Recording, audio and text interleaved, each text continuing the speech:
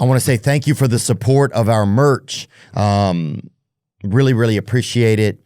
And we have restocks. Those are in now.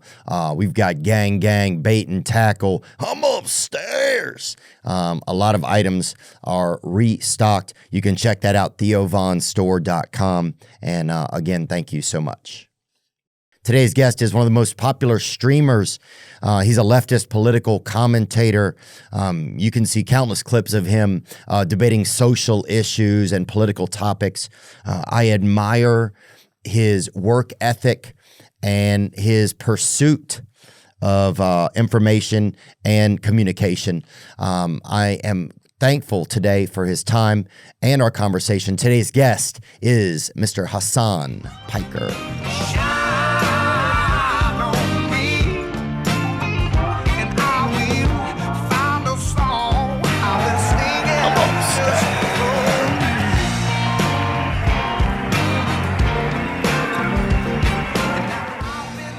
It feels like I made so many requests where I'm like, oh my God, I need to have my dog here, all this shit. No, dude, I'm just myself stylish. You're like probably, yeah. Or is that? This is just, the top is just some, I mean, both are Japanese, I think, actually. Oh, yeah, that's what it is. Yeah, it's a Japanese brand called Color with a K. And the pants are Adidas Y3, Yohji Yamamoto collab. Damn. You don't fuck with fashion at all. I mean, I don't. I mean, you got a look though. I mean, I don't like to have a lot of. Should we save this for the pod? That's normal. Oh, we're rolling. Yeah. Oh, okay. All right. Oh, yeah. My bad. That's why I didn't have it on the. That's why I didn't have it in my mouth because I thought we weren't filming yet. Yeah, dude, that is style. That's it's definitely very stylish. My good friend Aaron, he started a company called John Elliott. I feel like I've heard of that. Yeah, they have them like in Nordstrom, and it's like they have like it over like, I think it was like right after like G Star kind of came out. Like I got into some G Star for. Oh, you got some G Star? That was like let me see what we're doing. Kind of as I got. I would like to have more fashion sometimes. I just don't know if I don't care. Well, you gotta look. I get too overwhelmed. I like knowing like there's about 17 or 18 things that I wear that'll be okay. Bro, you gotta look. You can't be saying, I need to get into fashion, and you're making a deliberate choice to not have a mustache and grow a beard out. Oh, you think so? I feel like that's a look. Maybe that. I never thought about that. Yeah, I guess you got the flannel. It's that little bit like a sock for your chin, kind of, I guess. Yeah. That's brave, by the way. I just gotta say. To do just this? Yeah, I think it's brave. But do you think that's a cultural thing? What culture is your family from? I'm Turkish. Okay, so in Turkey, is that a thing? Do you see just this ever in Turkey? Like, sometimes. I mean, we don't got Amish people. Normally, the only time you see the beard and the no mustache combo is if they just go with the full one. Oh, yeah. And it's just like, I don't know why they do that. Yeah, I saw a guy with a huge beard the other night at a comedy show. I think it was in Ohio. He had a huge beard. And then that kind of Mexican kind of Edgar cut in the front. I love that. Oh, it was great. This guy was ginger. I mean, probably Amish or recently Amish or once removed or whatever. And he had How does that work? I mean, you could tell somebody he probably had nails in his pocket. You know what I'm saying? He definitely, I don't know, man. But no, you're probably the most I'm trying to think of somebody else more stylish that's come in here. Oh, here's some facial hair types right here. This is very important. Bro, this is like that Russian ethnicities photo grid. You know what I'm talking about? Like in the USSR. This is crazy. This does look like. Yeah, they're showing us the different kinds of Armenians. Yeah. This does look like 40 degrees of Uber. That's what it looks like. Yeah, right see, here. look, that's what I'm talking. Oh, I thought this was one of those Terror Watch fucking charts, dude. No. This is like look at all the different ethnicities in the USSR. It's to be better at racism. Well, that's what dude. Racism used to be so easy in America. Like when I was growing up, it was like easy to do, easy to be racist. Now, I've been to these. It's almost like you have to have a chart. You have to have. Yeah, that's what a calculator to even be racist now, it feels like. Yeah, I hate that. God damn it. Racism used to be so easy. Yeah, what happened to the good old days? You could just point out the window and your stepdad just knew immediately what was going on. You know? Yeah. I think it's just extra difficulty now. That's what it is. So you have to be smarter as a racist. Yeah, there's a We're trying to make the races better. Yeah. Yeah, dude, because you said there's like a barrier to entry now. Yeah, there's a barrier to entry to doing racism. Like it's unironically a more difficult process now. But what I was gonna say is, if you want to go back to the facial hair chart, yeah, bring it up again, please, because I want to know what we're doing. Or was it yours, the other one? No, that was just a USSR race chart, but. Yeah, you can also get that USSR chart is easily a lot of those men you'll see a meeting with very young girls at Starbucks trying to get them involved in something a lot of times it seems like. Yeah. But what is this one? What do you got? You got the chin curl? No, you got the goatee. That's what you have. Yeah, I guess I have the goatee. It's very simple kind of. It's like I have a big nose, so I try to you do little things to try and trick a wife or you want to have a spouse. So I have that, and then I have a little bit more chin than my brother does. So I have a real chin in here. Some people, it's a total mirage. Like there's a guy that's in that power slap game, and they can't even he has this they can't identify where his chin begins. Yeah. Yeah, I love that. Especially when dudes have that situation going on and then they'll just grow out their beard and basically try to line it up so that there's a chin there. And it's bro, you are not fooling anybody. Yeah, and I don't even know what to do in that situation. If you got that no neck edge shit, then you're kind of cooked regardless. Yeah. But I mean, good luck. I don't know. There is the one where it's crazy where sometimes, they cut the hair exactly. Yeah. Oh, that's No Neck Ed. Yeah, he's doing real estate now too. He was doing lemonade sale. He was in he got caught up in Big Lemonade, or not Big Lemonade, but lemonade. Big Lemonade. He was selling. I know I think he was involved with lemonade for a bit. I saw him selling a. He was involved with like a child. What do you mean? No, he was selling. He got caught up. Ed and Pete's. There it is, something like that, or lemonade. Oh, he actually had his lemonade brand. Yeah, he was selling. It was It was the opposite of, they have long neck bottle. That was the whole play on it. Oh, that's weird. I know. That's such an odd thing that he was. So he made like a short and stubby one. Yeah. Who wants that baby lemonade out of Ed? Oh, he's definitely looks like the kind of guy that you want to fucking crack open. He looks like that fancy syrup. You ever see the fancy bottle of syrup and it doesn't have? Bring it up if you can. It's kind of light brown. It has a brown top on it. It's maple syrup, but it's wide. Oh, like the maple version, like that? Yeah, the 365 by Whole Foods, that matte finish one. Yeah, the one that looks like a liquor bottle. Yes. Yeah. Yeah, it looked like an old brown jug. That one, yeah. He kind of had that. Anyway, I feel bad we're making fun of the guy now. Yeah, he wasn't, I don't know. I remember watching 90 Day Fiancé and he didn't seem like a good dude. Oh, really? He didn't strike me as a very nice guy, but I mean, who knows? Oh, I'll jump on a hate wagon in a heartbeat, dude. Oh, I know. Ed, bro. Yeah. No, but I saw the other day he's doing real estate, man. Hasan Piker, thanks for coming in, dude. Yeah, I appreciate Thanks it. for having me. I know you're super busy, man. I admire first of all how streamers, how the effort it is. It almost seems like it's one of those races in the Olympics that it's like an endurance game. Yeah. But also just your openness to thinking about things. You don't seem like just one type of person or you could pigeonhole you. Yeah, I do a little bit of everything. I mean, but even just in your own beliefs, when you talk about political stuff, it's you seem very poignant, but also aggressively open to things, which I think, and that's a judgment, and maybe I shouldn't have said something like that. But anyway, I just admire the way that you do things, dude. So I appreciate you coming and hanging out. That's all I should have said. Thanks for having me.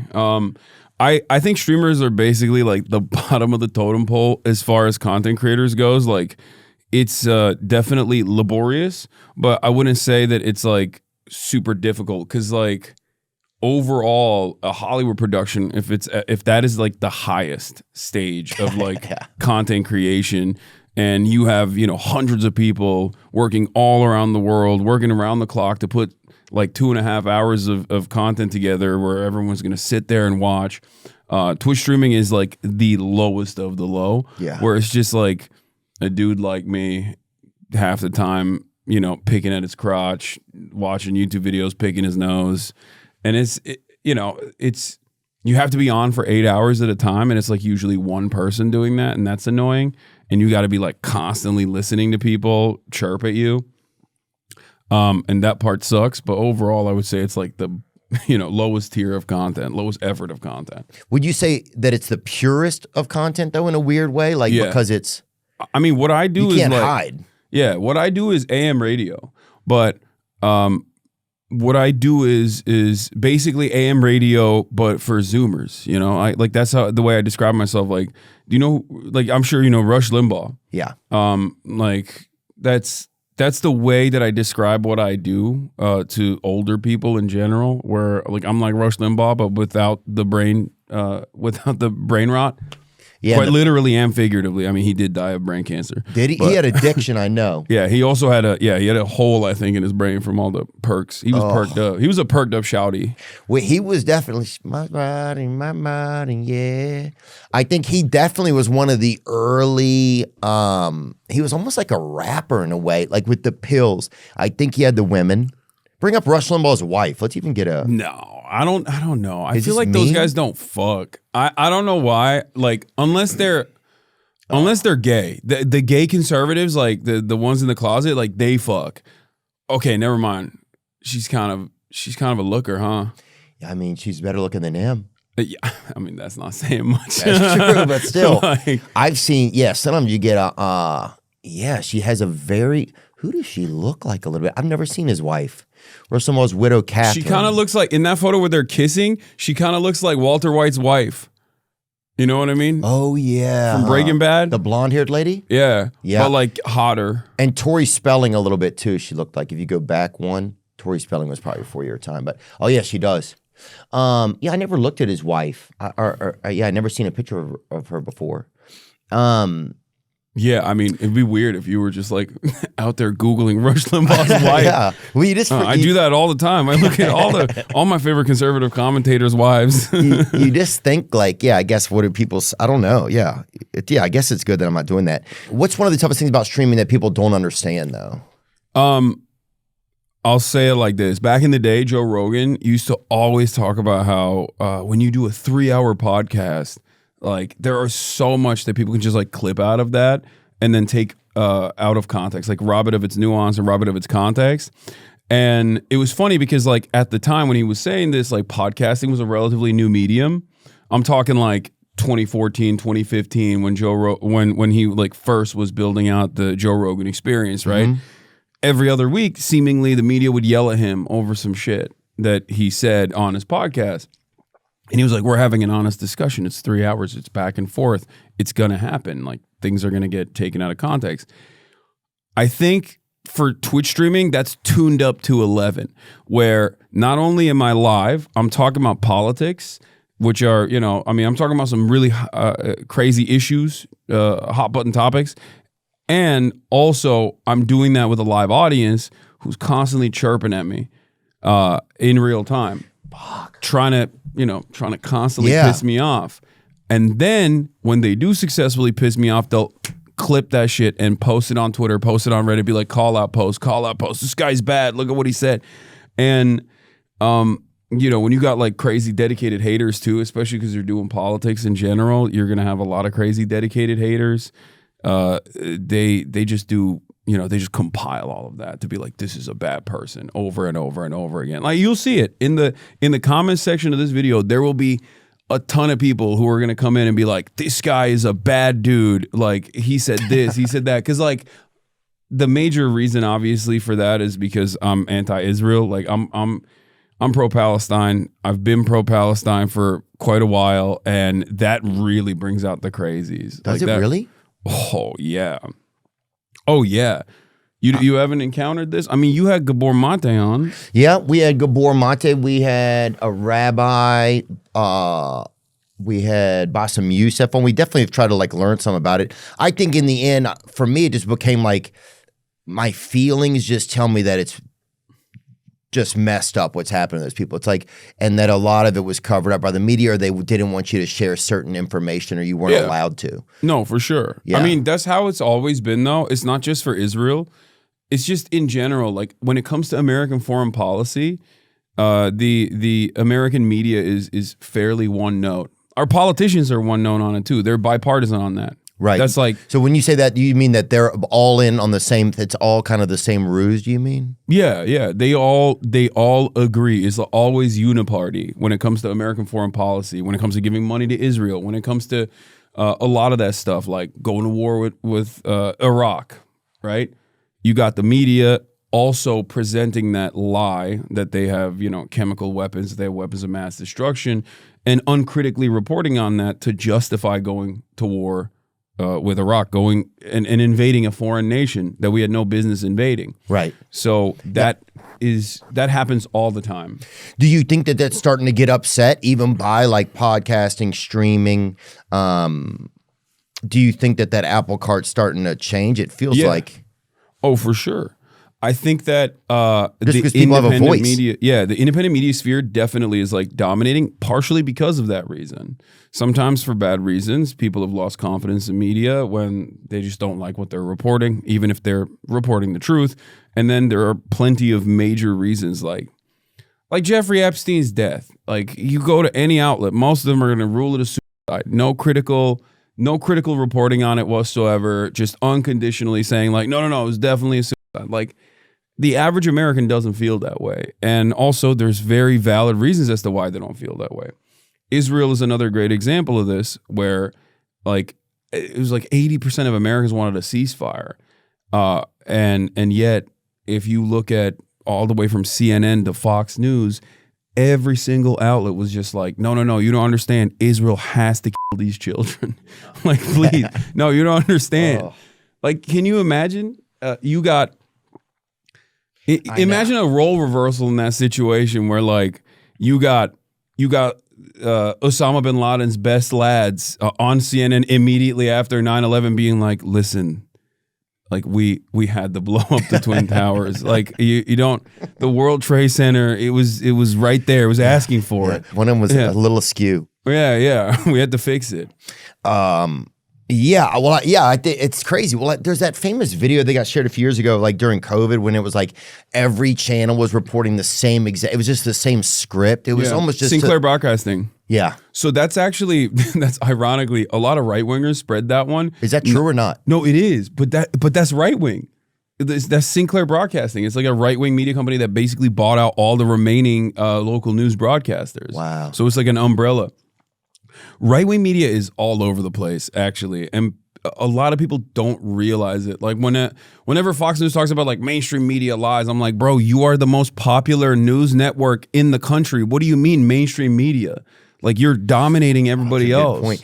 So you're saying that a lot of times mainstream media is also right-wing media. Yeah, right-wing media is so dominant. And in the independent side, right-wing media is dominant as hell too.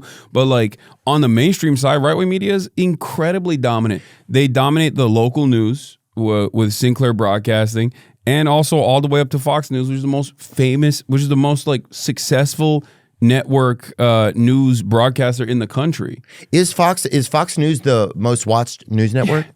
By widest margins. Really? I didn't know that. It's not even close. CNN and MSNBC, Trump always talks about how CNN and NBC are in the pooper. Their ratings are awful. These guys love presenting themselves as vulnerable victims, and I really always get annoyed by that. Like they say that about They used to always say that about like Facebook too. They're like, oh, they're banning stuff. And I'm sure they banned like vaccine denial or whatever, right? Because Facebook wanted to be woke and liberal until Mark Zuckerberg got hit with the Dominican Ray. But so then when people say mainstream media, then I guess what did it, because it always felt to me like, that every outlet was just always super liberal. That's what it felt like. They are. No, for sure. Like a lot of, like the New York Times, you got CNN, ABC, CBS, like NBC. These outlets are liberal. Now, obviously, I'm a little bit of a radical, I guess. So I'm definitely not fond of the Democratic Party either, even though my criticisms of the Democrats are because of their closeness to the Republicans in general. But yeah, they are. I would say that they're definitely liberal, but that doesn't necessarily mean that they're like on the side of the people or anything like that, or on even the progressive side of many of these issues. And that's why I said there's this uniparty attitude, like liberals and Republicans. They basically come together and agree when it comes to giving more money to Israel. Yeah. Not the voters. I'm talking like institutions. I'm talking politicians. Yeah, well, general. that seems to be, I think it feels so far away from being represented. Like the people feel so far away from being represented, and I feel like that seems like it's gotten further and further in my lifetime. I can't tell if it's just because I'm getting older and so you hear about more stuff like that, or if it's actually true. But I think people just feel like, like, why are we having to audit our own government? Whether or not the means that they're going about it are good or not. But it's like the fact that people are cheering to have our own government audited. The fact that it's like, that 80% of the people would say they don't support what's happened in Gaza, but yet we would still send money to Israel. Like, I think Trump has done that. The other day, Trump was like, yo, we can't give any more money to Ukraine, right? You're done. He's like, Zell Disney, you're out. And then he turns around and he's like, also, we're sending $3 billion of weapons and bulldozers to Israel pronto. Did they really? Yeah. Bring that up. 3.4 billion, I believe, on the same day. Yep, Rubio bypasses Congress to send Israel $4 billion in arms. They were like, oh, we have to expeditiously send this out to Israel. Arms for what? What do you mean? To continue killing Palestinians. Is there anybody left there? Yeah. There's still a million plus Palestinians in the Gaza Strip. They're basically just like living in the rubble, trying to rebuild. I mean, these are some of the most resilient people on the planet. Like they've been through hell a million times over, Yeah, you still see a lot of great, like there was a beautiful video, I'm not sure if it was AI or not, of them trying to celebrate Ramadan the other night in the rubble. Oh, the long table? Yeah. Yeah, I think that was real, though. I don't think that was AI. Because I saw people taking photos of that. Yeah, I mean, also the other side of this is like the Gaza Strip is like overwhelmingly children. Like we're talking, I know, like the average age is 14. People are like 50+% are minors. Well, and that's before October 7th. But like a year ago, people would be afraid to have, I think, this conversation people be afraid. Oh, for sure. Including us. Like I'd be afraid that. No, I mean, look, I've been actively and openly pro-Palestinian emancipation for the past decade, and I've seen a major attitude shift. You're like, the Turkish Macklemore, dude. Wait, what do you mean? Because he's been. When I was in third grade, I thought I was gay. No, did he do that? That's what his song. Oh well, dude, you got to be pretty. You have to have an open attitude to even think that way in third grade. But no, yeah, he's been unabashedly afraid to share about Palestine. Yeah. No, he's had his heart changed. I think his heart's in the right place. Like I think he's doing great. He was from the beginning about it. I mean, he was early on it. Yeah. Not like 10 years. He hasn't been, but since it became like more of a hot button issue in the past 3 or 4 years, for sure. Yeah, I mean, look, I'll never discard allies. That's an amazing thing to look at the situation with clarity, with moral clarity, and just be like, listen, I didn't know enough about this, and now I've recognized the cruelty of what we are doing. Like, because that's the other thing. Like, America, whether we agree to it or not, or whether we recognize it or not, is like participating in this in a pretty meaningful way. They're offering political cover at the UN. You got the basically war crime cops out there at the ICC and ICJ, the International Court of Justice, which prosecutes state on state prosecutions. You have the International Criminal Court, which is a court that prosecutes war criminals, right? And both of them have issued for Netanyahu to be arrested, right? So South Africa has a case against Israel for genocide that's ongoing, and at the ICJ and at the ICC, the International Criminal Court has a prosecutor that has issued arrest warrants for Benjamin Netanyahu and Yoav Gallant for the crime of doing a genocide, for being war criminals, intentional starvation of a captive civilian population. It's a pretty obvious war crime. So, well, I just think it's honestly, bro. Some of it I think is kind of pussy. Like, and I hate to say that because some people don't have pussies or don't believe in them or whatever, but it's like, I think if your military is so great, send in snipers and get the bad guys. That's how I feel. Do some covert op shit, but just to be like, their military's ass though. That's the problem. They just have overwhelming firepower and air superiority. That's it. But that's the part to me. It's like, send in some, if those are the bad guys, send in and get do some. It just felt like this. I don't know. It just started to feel gross, and then. The great thing was, it feels like you couldn't hide it from a nation. You could not hide from the world that what they were doing was wrong. But going back to what you're saying, how much are we complicit in so many of these types of things that happen in different countries? And do we need to be? No, I think we are complicit. I mean, that's how I feel about it, at least. But that's why I actively urge people to protest and do everything in their power to try to put an end to this, because I think we have a lot of power in this regard in the United States of America. I don't think that America is like a true democracy by any means, and this kind of stuff basically puts that on display for everyone to recognize.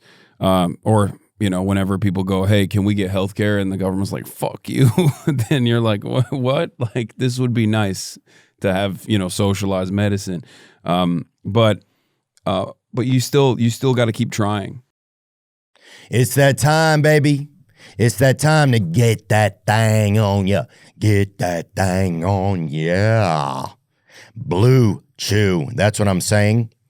Have better sex with Blue Chew. Blue Chew is the original brand offering chewable tablets. These erection-enhancing tablets help men achieve stronger, harder, and longer-lasting erections for sexual activities. Blue Chew tablets are made in the USA and prepared and shipped directly to your door. Does it work? Yep, I'll tell you that.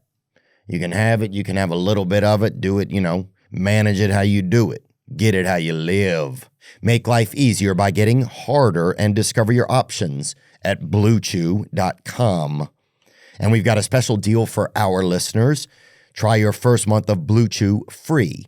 Visit BlueChew, BlueChew.com for more details and important safety information.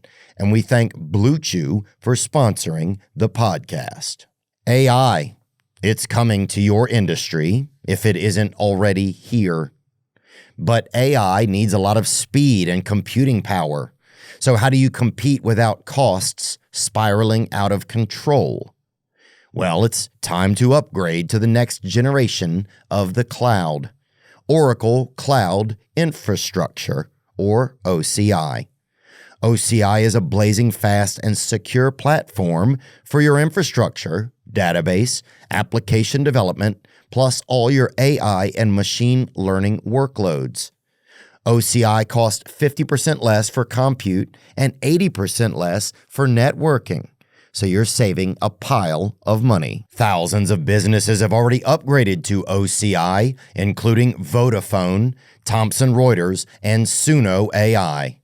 Right now, Oracle is offering to cut your current cloud bill in half if you move to OCI. For new U.S. customers with minimum financial commitment, offer ends March 31st. See if your company qualifies for this special offer at oracle.com/THEO. That's oracle.com/Theo. I wouldn't say it's like complicity in terms of like your hands are bloody individually, but the least you can do is not actively champion America doing this stuff and also go out and protest, like and try to give a voice to voiceless people that are just being massacred for no reason. Yeah. Why is there such a strong bond between America and Israel? I've heard Candace Owens was saying that she thought it was blackmail, but why do you think there's really such a strong bond? Candace Owens got a lot of thoughts on that stuff. I think there's like two different camps here. You got people who critically analyze the relationship with Israel, and then you got people who are like, it's the Jews, you know? I am in the critically analyzing the situation camp rather than just being like, oh, it's Jews because they got mind control powers or whatever the fuck people say. It's because it is an unsinkable aircraft carrier in a resource-rich region, and it has its own espionage facilities, and that is the reason. Like we basically carried over from the British this settler colony in the region that we can just kind of use or have a collaborative relationship with, and it's incredibly valuable for us. So valuable that, like, I mean, Israel's blown up USS Liberty like a American Navy ship. Yeah. And basically, That was in the 50s, I think. in that process, like, it was an incredibly valuable Cold War ally because we were terrified of Israel going and like collaborating with the USSR. You got PEN, Arabic nationalism happening all around the region. All these countries that are developing nation states are doing so on the boundaries of defeating their colonial occupiers, whether it be French colonialism or British colonialism, and simultaneously they're looking to the USSR, right? And they're like, maybe you guys will help us out. This seems like a cool thing that you guys got going on over there. The socialism stuff ain't too bad. America goes, fuck that. And they basically hit the Israel button as hard as they could, where they were just like, you guys are going to be our extension. Right. It's like some of my friends say there are favored client states, and then there are client states that America just discards. Ukraine is obviously a non-favored client state, and that's what happens when you're done with Ukraine, where you're like, I'm done with this, pack it up, give me all your minerals, even if you have any, who knows, I don't care, know your place. America does this to the Kurds all the time as well, where they'll just like arm them and be like, yeah, you guys need to develop a nation state. It'd be nice. Kurds are an ethnic minority in the region. Okay. 35 million people. In what region? In the Middle East. 35 million people don't have a nation state. A lot of them live in Turkey. So kind of homeless Iraq. Well, yeah, yes and no. And there's like varying degrees of cruelty that they're subjected to in these countries as like an ethnic minority, my country included in Turkey. Wow. And they want to build a nation state. They got an autonomous region in Iraq now. They're in Syria as well. They're in Iran as well. And then they're trying to figure it out. Turkey.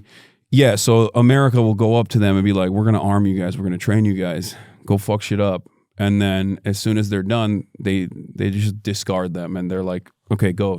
They'll tell Turkey you can go and, bomb these villages that they're in. Who cares? It doesn't matter anymore. So what you're saying, I think it's like, that's one of the things that makes it tougher. The more information you learn, I think, in the world, it's like, the shittier things seem. Yeah, in some ways. True. But the reality of things, you just see the reality. It's like, yeah, you need, and if you were playing a game of Risk and you were these powerful people, how would you operate? And yeah, it gets to be tough to find out, okay, well then what does being an American still mean to me? And then also that things are so conflicting and dangerous out there amongst these like leaders and powers that you have to like kind of put a flag in something for yourself, just to kind of get to, because otherwise you'll just be sort of aimless, it feels like. Well, I mean, I think I don't know if I'm even explaining that fully right, but you got to stand for something. Is that what you're saying? If you don't stand for something, you fall for everything. Yeah. So here's what I think. It's like the more we learn about history, and the more we learn about just like the like, well, America did these things, and some of it, 9/11 could have been the result of some of that. Just the more you start to learn that America hasn't always been this perfect partner, and that it just starts to test like, okay, well, what does it mean to be an American to me? But then at the same time, you need to be an American because you live in a country that's safe and you're able to operate here within the country. So it's, I don't know, it just makes it kind of interesting. Does that make sense? Yeah. No, I get it. What you're exhibiting is a very normal contradiction that a lot of Americans, when faced with the reality of American foreign policy, they come to terms with this. Like they try to resolve this contradiction where on the one hand you're saying, well, I'm an American. I like the security blanket that I exist under, right? But also simultaneously you're like, but damn, we're doing a lot of fucked up shit around the world. I mean, look, I'm people always yell at me and say, "Oh, Hasan, you only say America bad." But I don't just stop at that. Like I want America to be good. I think America has an incredible potential. It's the wealthiest nation on the planet. It should be doing so much more to help its own citizens, and so much more to lead the way, pave the way for a new evolution of the way that we look at international relations than the way that we engage with conflict. But the reason why America is the way it is because I see it as basically, 50 corporations in a trench suit. Like it's just it's a holdover to extract tax revenue from everyday Americans and then give it directly back to corporations in the form of subsidies without ever regulating them and demanding anything in return.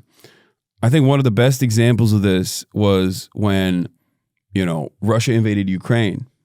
And then Russia is also part of OPEC Plus, so they went back to Saudi Arabia. Okay, so take us back. Our listeners, if we get too much information, a lot of them don't. They're going to tune it out. Well, I think if it's new information for me, I shouldn't say them. If it's new information for me, it's hard for me to go along. So OPEC. Why are you throwing him under the bus? I know, I am. My bad, guys. I am the problem. So, but OPEC is the oil. Yeah. So OPEC is like an oil NATO. Is that right? Yeah. Basically, exactly. It's a cartel. Okay, that's what it is. It's a group of countries that have oil reserves that basically set the price of oil barrels. Okay, and Saudi Arabia is pretty dominant because like they have, they are the oil right, they're gods, the big basically. Dogs. They're damn. Yeah, and the Organization of Petroleum Exporting Countries.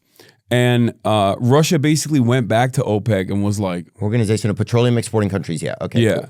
At the time, Russia had a lot to, a lot to gain from, and all these other countries had a lot to also gain from basically limiting the price of, or limiting the supply of oil. Mm-hmm. We're in the post-COVID era too, and then like they were also making a lot of money, or they had lost a lot of revenue, so they wanted to recoup because nobody was like flying around or using oil because everyone was like stuck at home. Oil's been down.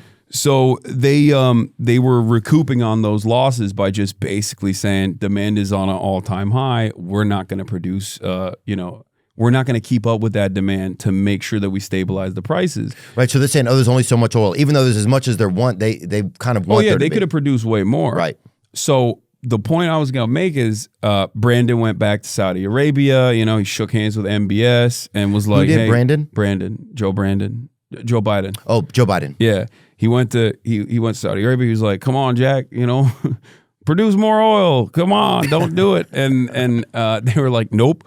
The reason why I'm telling this convoluted story is because then we have American oil and gas industry providers, right? Like we have our own oil.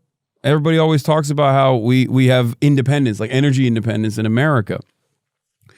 So he went back to the American oil and gas industry and was like, all right, you guys have to produce more oil because you have to offset what like OPEC is doing. And you know what they said? Fuck you. That's what they said.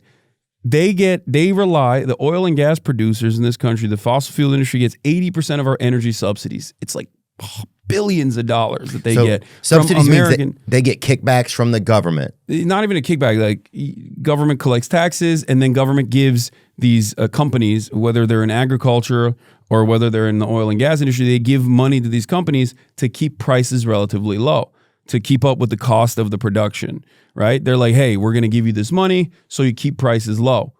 But in a time... because that company owns so much of the actual market of whatever that product is, that if they wanted to adjust it, they could do it. Yeah, exactly. I didn't even know and that. They didn't provide, they just didn't supply the federal government with more oil. Like they just did not produce more in the time to stabilize prices.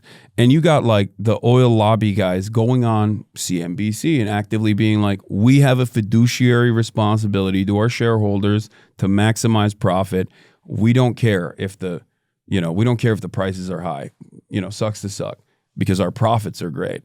And the reason why I explained all this is because I think that's a perfect demonstration of how America operates, like the American government operates rather, where it serves corporations, not the people.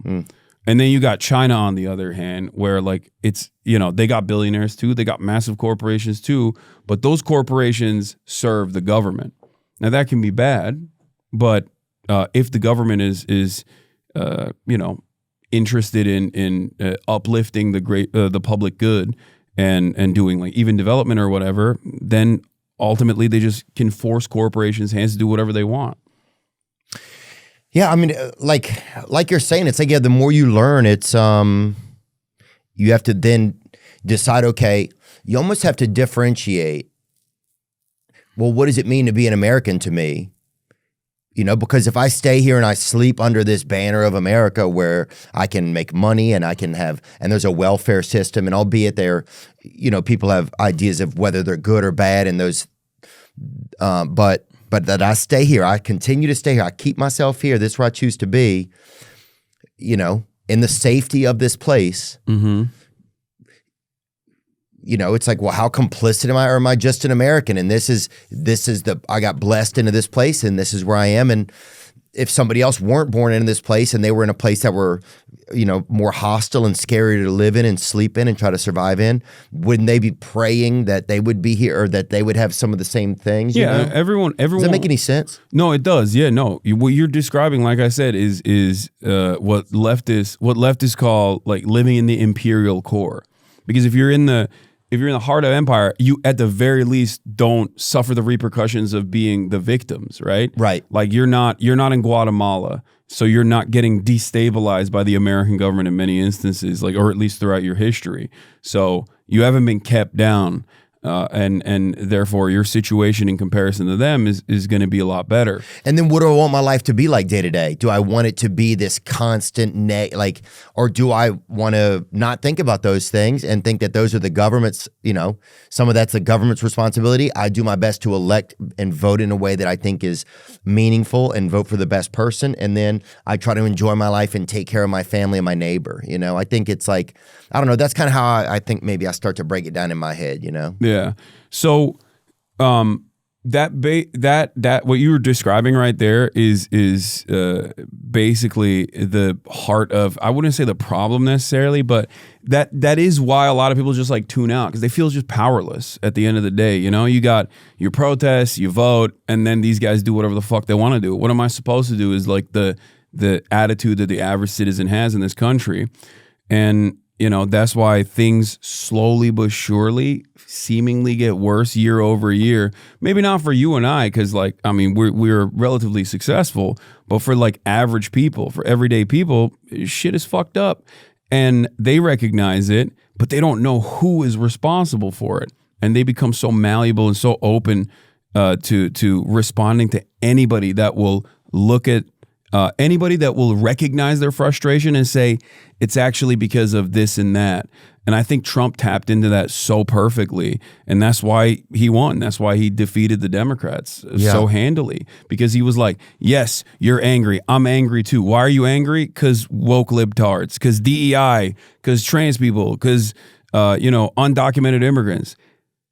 Undocumented immigrants aren't your fucking landlord. They're not the one who's raising the price of rent. They don't own the mega corporations. They're not sitting at the board of BlackRock. You know what I mean? It's not a Guatemalan migrant that's sitting at the board of BlackRock, purchasing all the fucking houses, or they're not the real estate developers that refuse to add to the like much needed supply of housing. Yeah, and instead put a fucking rag and bone in every town, dude. I fucking hate rag and bone. Well, it's just like, dude, don't tear down cool areas and just put up a rag and bone, dude. Yeah. It's not fucking cool. But no, man, it's interesting. I never really heard it put like that. Like, and then of course, the other things, you say these other things to people, that doesn't feel, you got to point, you have to approach people with something they can point a finger at, and it's whatever they're pointing at is close enough where they feel like it can be reached. Yeah. Right? Like those are things that it's like, but also those are things like you label, like Trump talked about them last night on some of the congressional address. I think it was the party address last night. Yeah, he did like a fake State of the Union. It was a joint congressional address. Joint congressional address. Yeah, because he talked about some of those things like DEI. Yeah, bro, they cut DEI. Now planes are fucking falling out of the sky, man. We need to bring Pete Buttigieg back as the transportation secretary. He needs to fix the problem. Was he a dog in there? No. We need black pilots, dude. First of all, black people can jump better. So how are you not going to have a fucking black dude in a plane, bro? I don't know. I don't know about the jumping. I don't know. I don't know how that would factor into the pilot program. But still, dude, if I saw Michael Jordan in the cockpit, that bitch, we're gonna stay up. That's how I'm feeling. 100%. Like that's where I feel. Now I think on if I get on a plane and I see a white man, that dude better be in a polyamorous relationship. Okay, I need that dude sucking dick. Okay, dude. I need something. If he's straight. And he's a straight white male. That plane is falling, dude. That's what's going on. Trump came in, he killed DEI. Every day there's another fucking plane crash. But is it white dudes doing it? Here's the thing. No, I'm fucking around. I'm not being serious. Even though Republicans do think that is real, where they're like, oh, if there's a black woman pilot, that's why planes are falling. It's like, no, dumbass, it's because of fucking capitalism. Like they've literally undercut every aspect of production to make more money. They constantly outsource. They constantly send certain aspects of manufacturing to other countries where there's like less regulation and less restrictions. That makes them more money. And that's why fucking planes are, the doors are exploding and shit while they're flying. Is that one of the real reasons you think it's going on? That's 100% the reason why it's going on. Bring it up. See if we can. That's a good question. Why? Because there seems to be these little times in history where it's like, okay, for this year, it's almost like they press a plane trouble button, and it's like, oh, now there's plane trouble. Well, that's also because minor incidents happen all the time. Right. But the media hyper focuses on them when it becomes like a hot button topic. That's what it is. And there are obviously freak accidents as well. Like freak accidents happen. Mm-hmm. But I think there's never really like a perfect example, like a perfect demonstration of why these things are happening more frequently. Yeah. Let me see what this even says. No, there were actually more plane crashes between January 1st, 2024 and February 1st, 2024 when you compare the same time period this year to last year.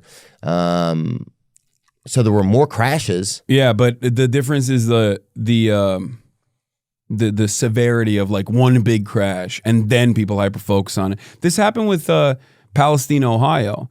Remember when the train derailment happened and everybody was like, why aren't they covering this? Well, I'm a little bit of a foamer. I love trains. Maybe it's because of the autism, but like, how many train derailments happening every year? Every single year, 1,000. Some of them are minor, some of them are major, right? So every single person hyper-focused on this, understandably, because like they try to do a shitty-ass cover-up for it and be like, oh, no, everything is fine. And there was gas leaking. Yeah, there was definitely. Like, oh, you just feel itchy. It's normal. Keep drinking the water. It's fine that it's green. Shut up. But because of that, then everybody started focusing on all these derailments. And they were like, what the hell's going on? And it's like, there's a lot of that happens all the time.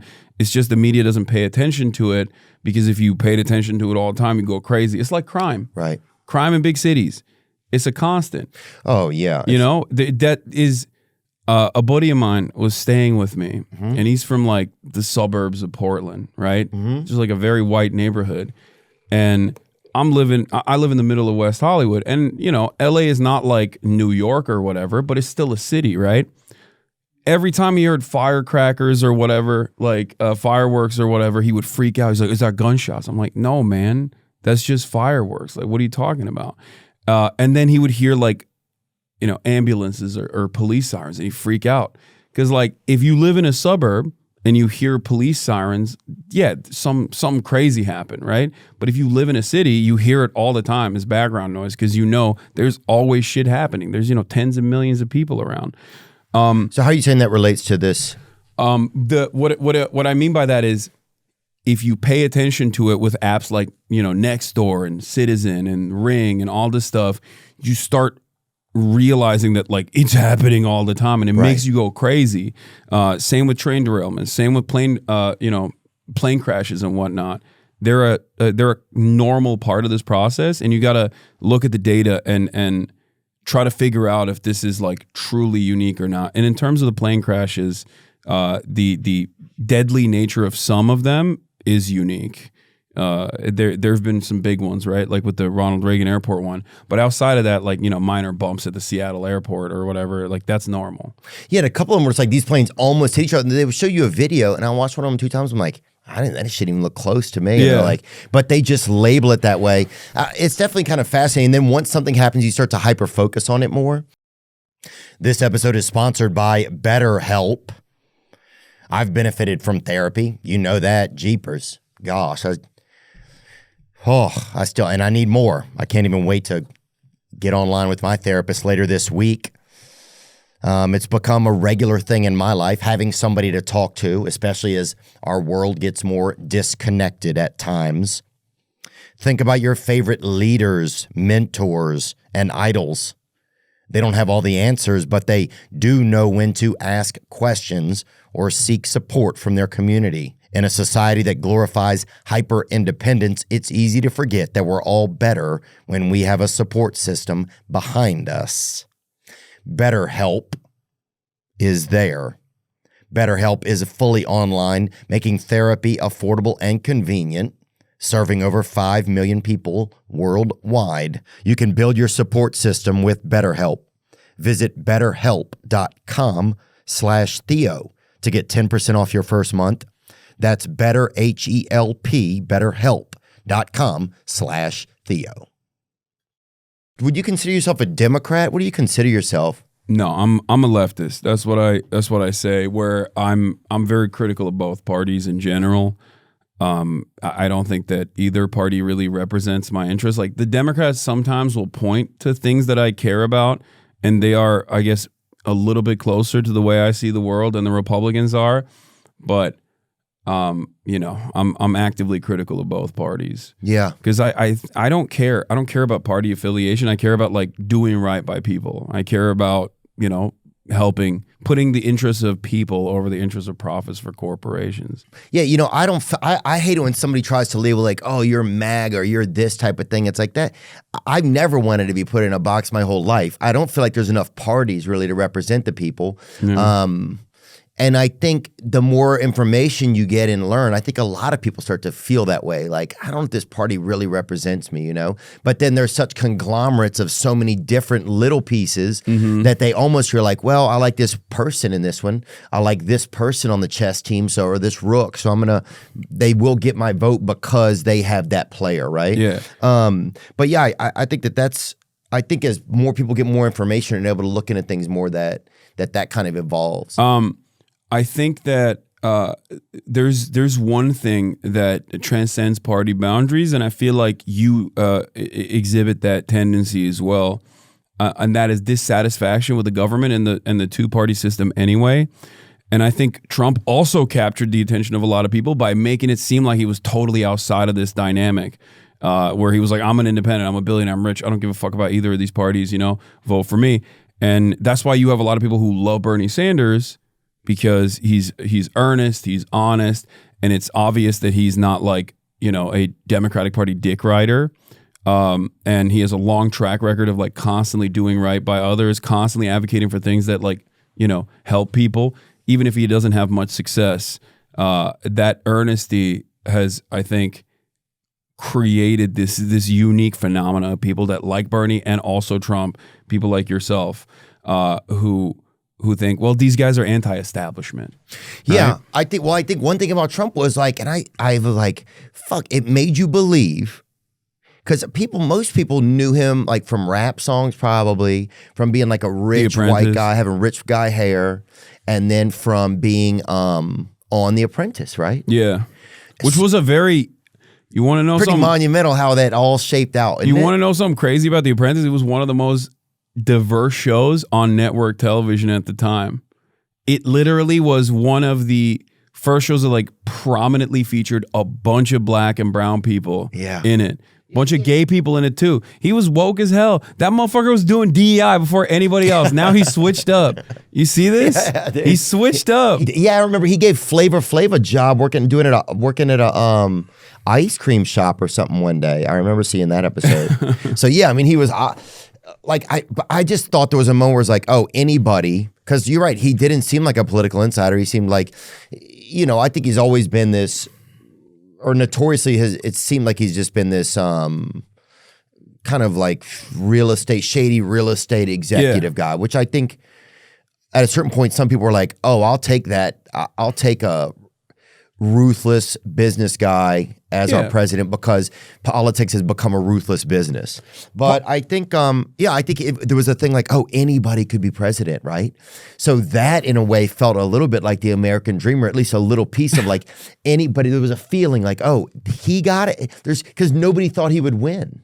Yeah, that's true. So I think there was that comeback piece to him, right? Yeah. But then he was president for 4 years, and people were like, oh, okay, maybe this wasn't so good. And then what did the Democrats do? Who did the Democrats put forth? They put forth a cadaver who was like, no, we're going back to business as usual, baby. And Americans were so fatigued by Donald Trump, but they were just like, I don't want to pay attention to the television anymore. Like, sure, I'll vote for this guy instead. And then Brandon wins, and then everyone's like, oh my God, things are awful. Wars all over the place. Biden, you mean? Yeah, Biden. I just keep saying Brandon. I'm sorry. I'm so used to calling him Brandon. Well, people say let's go Brandon as like a Trump thing. Yeah. But then I just don't want people to get confused. Yeah, my bad. So Biden comes in, and wars everywhere, cost of living crisis, like a lot of the resentment and anger that people felt in 2016 towards Hillary Clinton because their situation wasn't so great that caused them to vote for Donald Trump, it was left unexamined. Like it was never recognized. It was never fixed, right? So when all the stuff piles on, people are resentful again. And lo and behold, they want to put that mallet. They want to bring the mallet back in to just like hammer the federal government because they're just like, we fucking hate this. We hate the way things are going. So we'll give this guy a shot again. And that's how you arrive at Trump too. And now he is doing the mallet. He's ripping over the administrative state. He's doing mass layoffs of the federal regulatory agencies. And it's crazy to me that people don't understand that like these are the same problems that have persisted that he's basically worsening by also, removing tens of thousands of people that work for the federal government with like decent paying jobs. I'm a big advocate for more government employees. I think we should have millions more, not less. Give everybody a fucking job. Oh, well, I think that I think women should get paid so that they can be at home with their children. And that way, or a man, if one of them wants to work. Yeah. No. And then the other one can be at home to be a parent. I wish that was something that we did with our money. They would never do that, though. That's the problem. They hate. There was a case for it at one point. Yeah, I know. But I'm saying like Republicans, especially Democrats won't do either because like both parties kind of like the austerity stuff. Like what does austerity mean? Austerity is belt tightening, like fiscal belt tightening, as in lowering expenditures and cutting social safety nets, basically. Well, I think people are getting to their wits end where it's like nobody believes that either one of these parties is doing anything, right? I think because you've had the same problems, you've had the same things happen time over time, and maybe some of it at a certain point you realize, well, that's just the cost of business. It's just become so bloated. It's become more about them, like you're saying, more about corporations and less about everyday people. Yeah, I mean, that's it's just what it is. Yeah, it's never been about people, in my opinion. It's like New Deal with a lot of like socialist, communist pressure at the time. FDR's New Deal. Yeah, FDR's New Deal. What was definitely, it? Bring it up. FDR's New Deal definitely brought forth a lot of prosperity to America. Like got us out of the muck of the Great Depression. The New Deal was a series of domestic programs. Yeah. Sorry to interrupt you. I just want to, was a series of domestic programs, public works projects, and financial reforms and regulations enacted by President FDR in U.S. between 33 and 38, in the 1900s, with the aim of addressing the Great Depression, which began in 1929.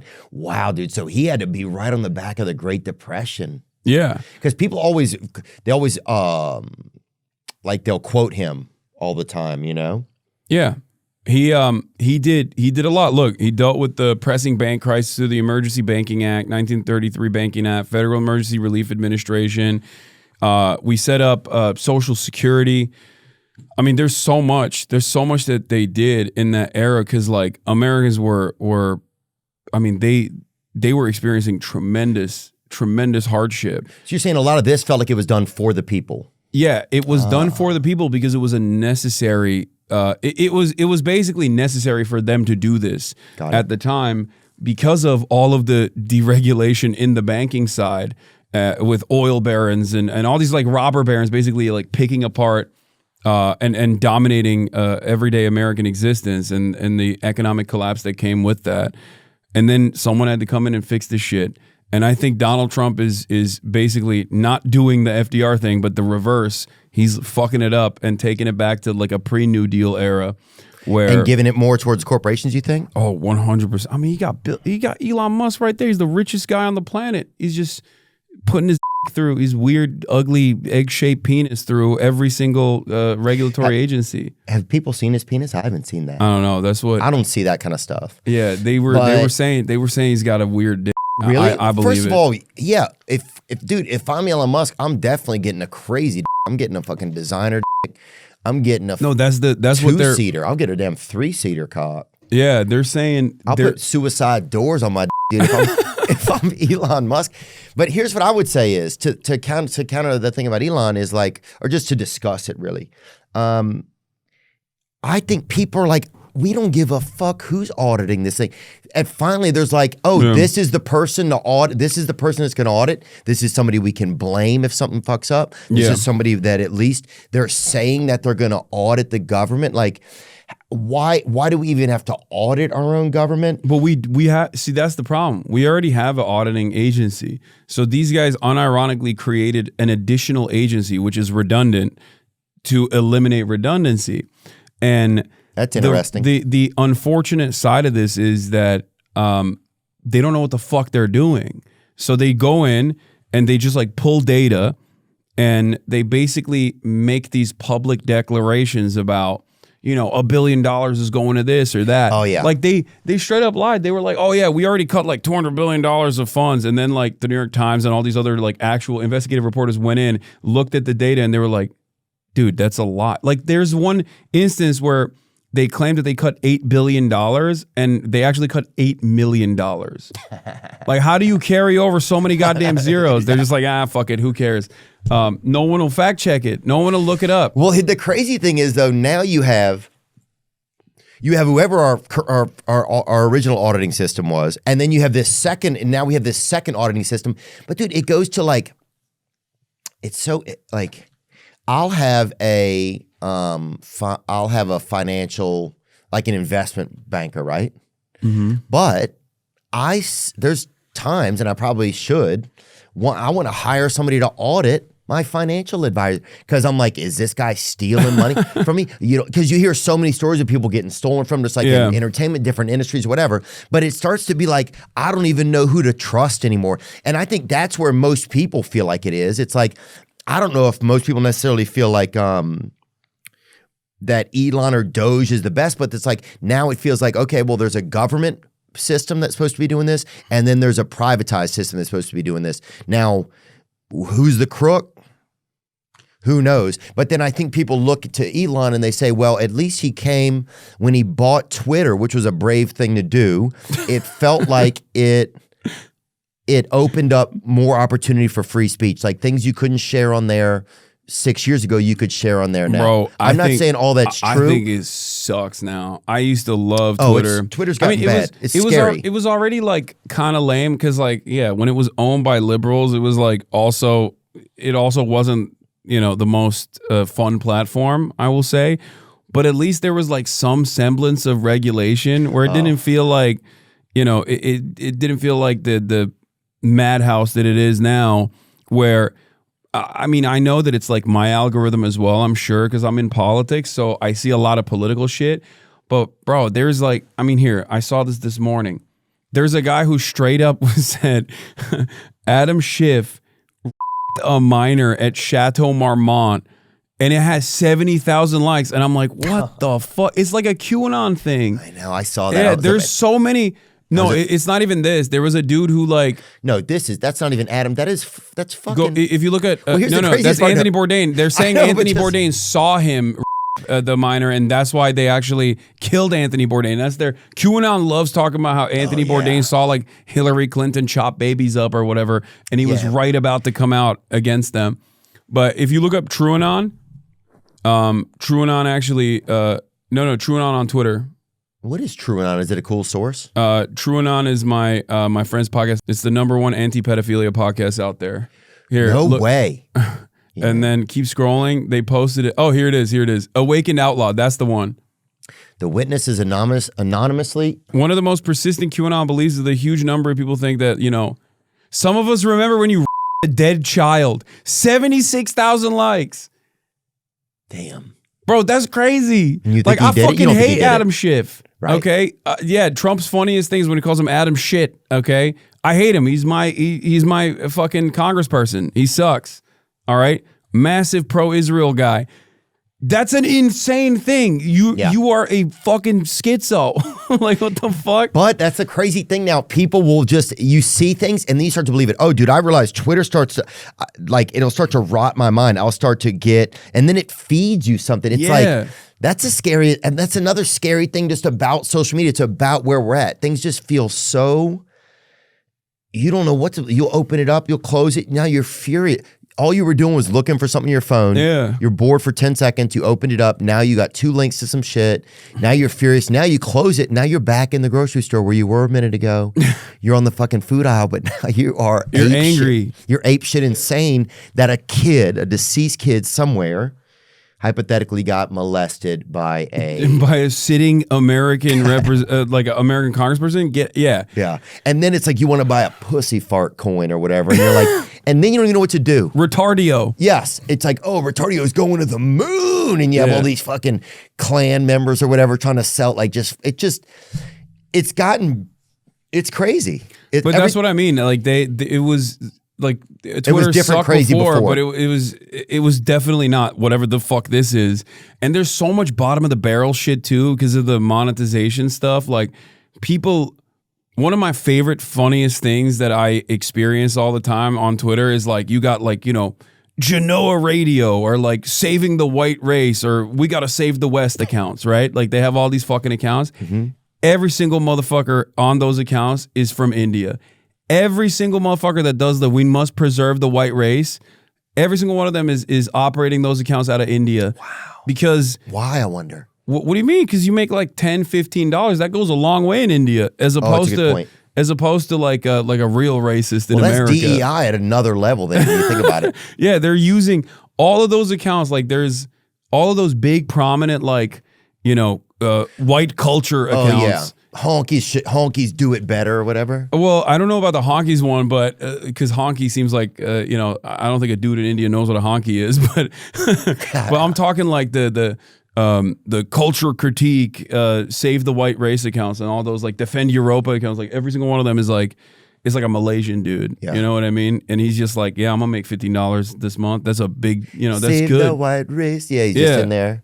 Yeah, and they post like the shittiest fucking videos as well. It's unbelievable. It's so addicting. Much porn too. It's too much porn.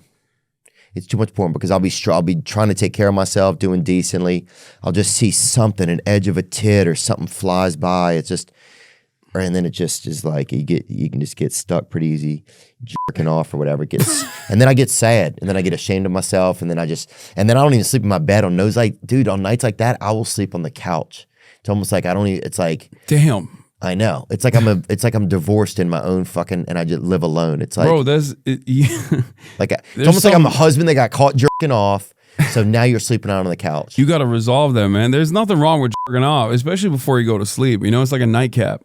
Yeah, kind of. But if you had so many nightcaps over like 20, 30 years, you're like, oh, I'm an alcoholic at this point, I don't know. I mean, I've never, I feel like there's a time and place for that in my regimen. You know what I mean? It's like right before I go to sleep. That's the perfect time to do it. There's never been a moment where in the middle of the day, I'm like, yeah, I've never been that guy. Shit, I got to crank it. But I feel like a lot of those like porn addiction guys are like that. So I'm like, yeah. It's not for me, but maybe you should stop porn. That's how I feel when I hear about some of their stories. Oh yeah, I had a buddy who had curtains put inside of his car, and he would go and just close them up so he could sit in his car and masturbate without feeling like, like people were gonna point at him or whatever. What the? Yeah. Yo, that dude needs to be institutionalized. What do you mean? What do you do? Put a fucking straitjacket on that motherfucker. Stop. He's gotta be put in a room like Train Spotting. Like he's gotta quit cold turkey. Like he's quitting heroin. In Soho, that's considered off Broadway. Yeah, dude. no way, dude. No, render him immobile for like a week, and oh my god, the amount of energy that he probably has in there, trapped in there. If he doesn't jerk off for a week, he's gonna start levitating. He's gonna come out of there like like a god. His Carl to start running on his own semen or whatever. I shouldn't have said that part, but you had Bernie Sanders on your show. I did, yeah. Pretty cool, man. How awesome was that? Yeah, he's the man. I love Bernie. Did you find it interesting that people cheered so much against him when they said that he also took money during, like, remember that a couple of months ago? Not a judgment against him. I think all these people, I think when you get into politics, right, it's almost like being in a big family. And if you want something done, it feels like you have to, it's almost just like. Took money from what, though? Well, what did they say that he took money from? Who? Oh, RFK said it. That was during when he was interviewing RFK. During RFK's hearing, he claimed that Bernie was taking money from him. That's not correct. He never got money from the pharmaceutical industry, like from the big corporate lobbyists. He probably got. So the way this works on Open Secrets is like. And let me just read it. So I can frame you can read it. Yeah. The figure cited by Kennedy referred to the industry in which individual donors were employed. Yeah. Okay. Oh, because Kennedy said that Bernie Sanders got a certain amount of money. Yeah. And this is just a clip. This is actually a perfect example of what we've been talking about. Yeah. Where you see a clip of something, right? In 2020, this was the claim. Senator Bernie Sanders was the single largest receiver of pharmaceutical money in Congress. And the context was this figure cited by RFK Jr. referred to the industry in which individual donors were employed. Yeah. It did not refer to funds originating from or directed by pharmaceutical companies. So what that is the way that when you make a donation to a politician as an individual, it gets filed with the FEC, right? And in that filing, you write what your job is, right? And if you work in the pharmaceutical industry, if you work for Johnson & Johnson as a janitor, that basically gets tracked as like Johnson & Johnson in the section of like whichever sector you're a part of. So like a lot of nurses gave donations to Bernie Sanders. So that's like technically still lobbed under like healthcare. And it was not. Yeah, it was never from like the executives. It wasn't like executives giving him millions of dollars. It's like the fucking janitor works there, or like, you know, like an accountant that works for this company. But it gets filed, so that it looks like that in some sort of. Well, it's good to have like knowing what sectors are donating. Knowing what sectors are donating, but there is room for nuance, of course, there. And RFK was falsely claiming that he was getting money from like CEOs and like the industry PACs or whatever, when that wasn't the case. It was just like random people that work for these companies, you know? Yeah, I think it totally makes sense to me that that's the way that it could happen, you know? Yeah. But it's so funny. RFK probably saw a clip or heard, you know, it's just like, it's like. I think RFK knows better. I don't trust any of these guys, I'll be honest with you. Like whether it's RFK, Trump, or any number of these people, or, you know, Democrats as well, like Kamala Harris, like, I think RFK definitely knows better. He's just saying that because it's a good line and people will believe him. Yeah. And I mean, look, that's how it works. I know because like Joe Rogan talked about it too, where they were talking about like Elizabeth Warren and Bernie Sanders getting money from like these, big pharmaceutical corporations. That wasn't the case, but it got a lot of mileage on that side of the internet. That's the other thing that I am frustrated by, where there's like no consensus on this stuff anymore. Like, what does a consensus mean? Like, we all agree on one thing? Yeah, and you don't have to agree on one. Not everybody has to get together and agree on the same thing, but like, there's no established truth anymore, where everybody's just like operating on whatever the fuck they think is the truth, and heavily leaning into their biases. And I feel like the internet has become way more echo chambered in that regard, and it's very frustrating to see. You know, there's no, what do you say? Consensus. So there's no like regional place you can go to, except now almost your own gut, or if you're influenced by clips or whatever, right? Yeah, but we're dumbasses. You know what I mean? Like we're fucking I'm stupid. Like I can't gut check everything. Like, dude, I can't even fucking keep up with you, dude. So I fucking feel you. But what I'm saying is that better than us all being under the influence of some consensus? I'm not disagreeing with you. I'm just looking at it, right? I think it's good to have a healthy diet of both, right? Yeah. Like you still need to have trusted resources that you can go to and rely on. that will every now and then be like, that's wrong. You know what I mean? And I try to urge people to not get their media diet exclusively from me either for that reason. And even my media diet itself is incredibly diverse. I probably watch more Fox News than I watch like CNN and shit, partially because they're more entertaining. But you know, I look at everything so that I can develop a better understanding of like what people are saying and what people are believing in general. I need to do a better job of that. I think of finding my information diet. You know, and just where does it come from? It's not, I just don't get enough of it a lot of times. A lot of times I operate mostly just like on my own feelings kind of, which is in the end kind of your instincts or whatever. But then I start to notice that things that I get influenced by and like my own algorithm and things, and it's like, oh, I'm fucking getting influenced. Yeah. You know, I'm up last night in the middle of the night and it's like, have I reposted too many TikToks about Gaza, you know, and I'm up for 40 minutes last night laying in my bed and my brain's calculating it for, but shit like that, you know, it's like, but it's just because I'll get to my, you know, it's like none of it's bad stuff really, but it's, I'll notice if I get on my Twitter thing, especially I'll get angry, and then I'm like, if I'm at least aware of this is happening, people that aren't aware, that aren't even thinking like, oh, this is affecting me, they're just being affected. Yeah. Then it's like, man, the way I see my goal, like the way I see my job is to basically get people to understand why they're angry and then get angry at the appropriate vectors, like who's actually causing harm in their immediate lives.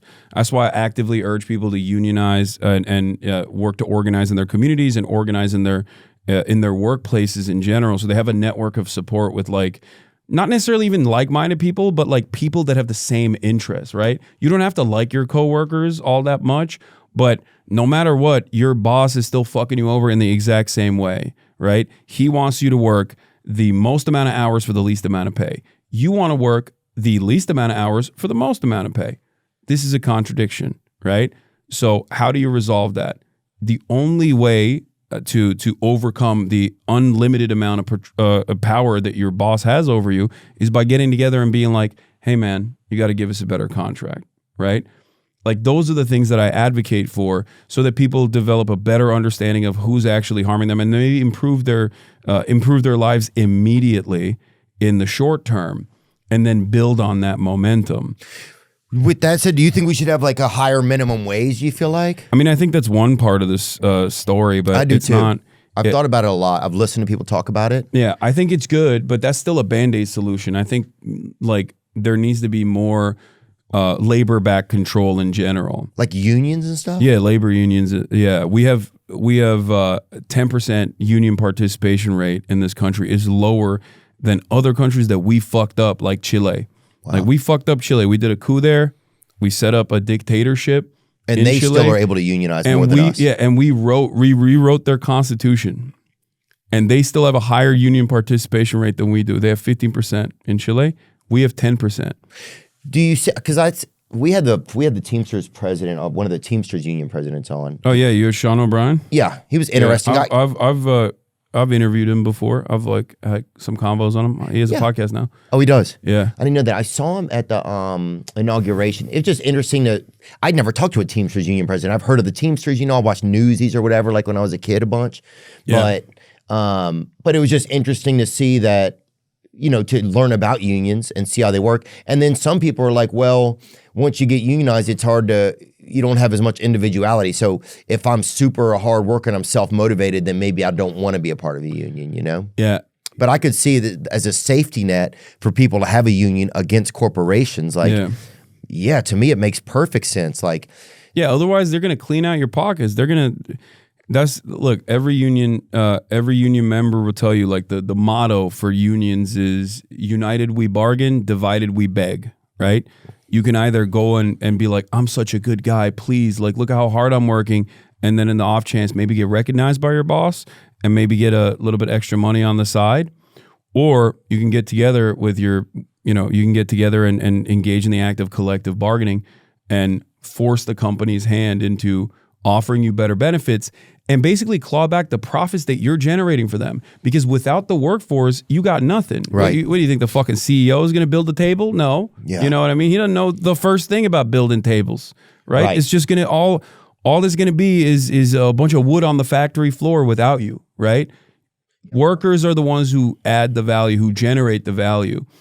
Yeah, Bernie has a good Bernie had a good thing about that. He said that, well, if we're going to shorten people's work weeks, right? He was talking about having a shorter work week. Yeah. And then that since companies' profits are going up, then the employees, the amount that they should make should go up. It's like, it shouldn't just be the company at the top that has the increase. Yeah. So, I mean, AI is a perfect example of this, right? Like, it's very disruptive to the environment. I don't like that. But more importantly, also on top of that, it's used as a way to displace the existing labor force, right? Because now you can just get the machine to do the job of the person that was doing the job beforehand. I'm an advocate that, like, no, you should still keep that person employed, pay him the same amount of money, make him work less. Why? I mean, why are you firing this person now? Because AI is a tool, right? Right. But the way that companies work under capitalism is whenever there's a technological advancement like this, right? This has allowed us to be on 24/7. Now you can have so much more output as a worker, right? You can be be online at all times. Productivity rises in that process. Your boss can get a hold of you at all times. Yeah, the boss can get a hold of you at all times. You're more tapped in. You're more aware of what's going on in the world, and you can be a better worker because of that. But in that process, bosses look at that and go, okay, now I can make one guy do the work of 5. I'm going to fire 4 fucking people, and I'm going to make the one guy do the work of the other 4 people. And that is how, that is under capitalism, that's how it works, where they use technological advancements that increase productivity to displace the existing labor force, to just basically fire them. And instead of lowering the hours that the existing workforce worked, and maybe even increasing their pay in the process, because they're still doing the same work. Yeah. You know what I mean? And because they're fucking human beings. Like, that's why at a certain point, it has to tip towards an actual revolution where people pick up, and I don't know if we can say this or not, but I say it all the time. People call me radical for that. Really? I'm a big revolution guy. I've always had little dreams of like, or semi-revolutions or like regional or whatever at least. I hope at least I can make it to the regional revolution. Like, I understand if I don't make it to the national one, but I want to be on a horseback or at least on a fucking standing next to a count or one of our like bosses or whatever. Like, I want to. No, why? See, that's because that is fucking overthrowing the system. I know, but think about the way you presented that. You want a count or a boss to be the leader of the revolution. Somebody's going to have some sort of fucking leadership. I agree, but it should be people-backed revolution. That's what. Oh yeah, people, but one of us gets mildly elected or something. Yeah, but not a boss or a fucking politician. Those guys or a count is going to be. It's going to be an organizer, an activist, someone with a background, someone who understands the needs of the people. It's going to be somebody also who works at a Renaissance fair full time, who can be on a horseback, who can handle the type of. When you think about it, I'm not even joking, Hasan. It's kind of crazy, but you will need a dude who is fucking. I am willing to ride through here with a spear. But yeah, at a certain point, if you let so many people go, just to appease a company, to appease corporations, you're just going to have more. Those people have to, at some point, there has to be a revolution. Isn't that how revolutions happen? Yeah. Like, I mean, when conditions worsen to a certain degree, yeah, people go, all right, enough is enough. We're backed into a corner, and they start recognizing that, like, they're being fucked over. But that can also lead to a dangerous path where, tell me about that. Well, the dangerous part about that is, like, if the people are not steered in the right direction to recognize who's actually doing the harm to them, they can be deluded by misinformation and think it's the Jews, or think it's fucking Anthony Bourdain, or think it's Adam Schiff who's apparently having sex with dead children in their minds, or think it's like the Guatemalan immigrant. You know what I mean? That motherfucker is not controlling your life. He is worse off than you, and he has the exact same interests as you. He just wants to put food in his belly and to have a roof over his head. Are you talking about Guatemalans that came over the border and stuff? Yeah, that's what I mean. Like, a Guatemalan immigrant or a Honduran immigrant is not like, he's not dominating your life at all. They're not here to do evil. They're not here to do bad. They're here to just, like, work. They're fucking pick strawberries all goddamn day, so our asses can eat those strawberries cheap as hell. You know what I mean? And then we turn around and we're like, yeah, they're all rapists, drug dealer, murderers. We got to fucking purge the country of these people. And it's like, it's really fucked up. How would you, how do you successfully do something like that then? Because I think a lot of people's concern, I think here's what happens is you're like, I'm not safe anymore, right? And you start to feel, right, there's people that were raped or killed. There was a couple instances where they put them on the news, right? They were on the congressional, they had some of those Trump people. Trump had them at the victims at the joint congressional hearing. Right. So I think you hear about those things and you're like, well, yeah, you'll start to apply them to everyone. I think, which is crazy. Think about that. We say there's 20 million undocumented migrants in this country. They come from every part of the planet. Agree. And they to do, think no that doubt. they're all one collective hive mind that's here to do like evil rapes and shit is psychotic. I'm like, bro, like they don't even speak each other's language. Like, what are you talking about? Like they have no unified hive mind here, but you basically learn to think that way. You learn to hate in that regard. And I think the media plays a big role in this, like right-wing media specifically. Is it hate though, you think? Because it's like, I just fear. Okay, so because to me it's like, have a fucking organized system. If I go to I went to Canada a couple days ago. It was heck getting in and out of there. It's heck getting in and out of there. It's super organized. It's like, but we should, because here's the thing, if you don't know who's in your country, then you can't do a correct census. You can't allocate things correctly to people. You can't know who needs what in certain areas.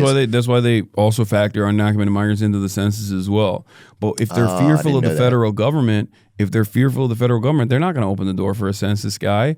That's part of the reason why sanctuary cities began to begin with.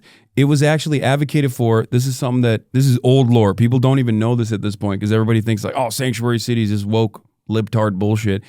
Bro, it was the fucking cops and the FBI that was advocating for sanctuary cities.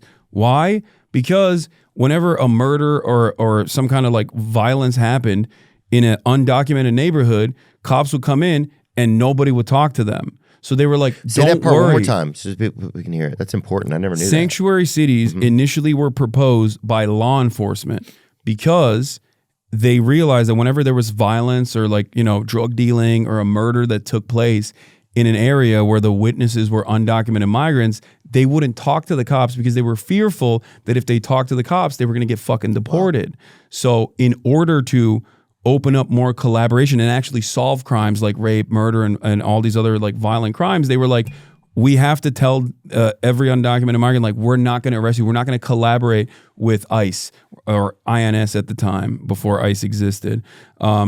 We're just here to serve you as public servants. And that was the reason why it was law enforcement that initially suggested sanctuary cities. It wasn't like woke activists or whatever.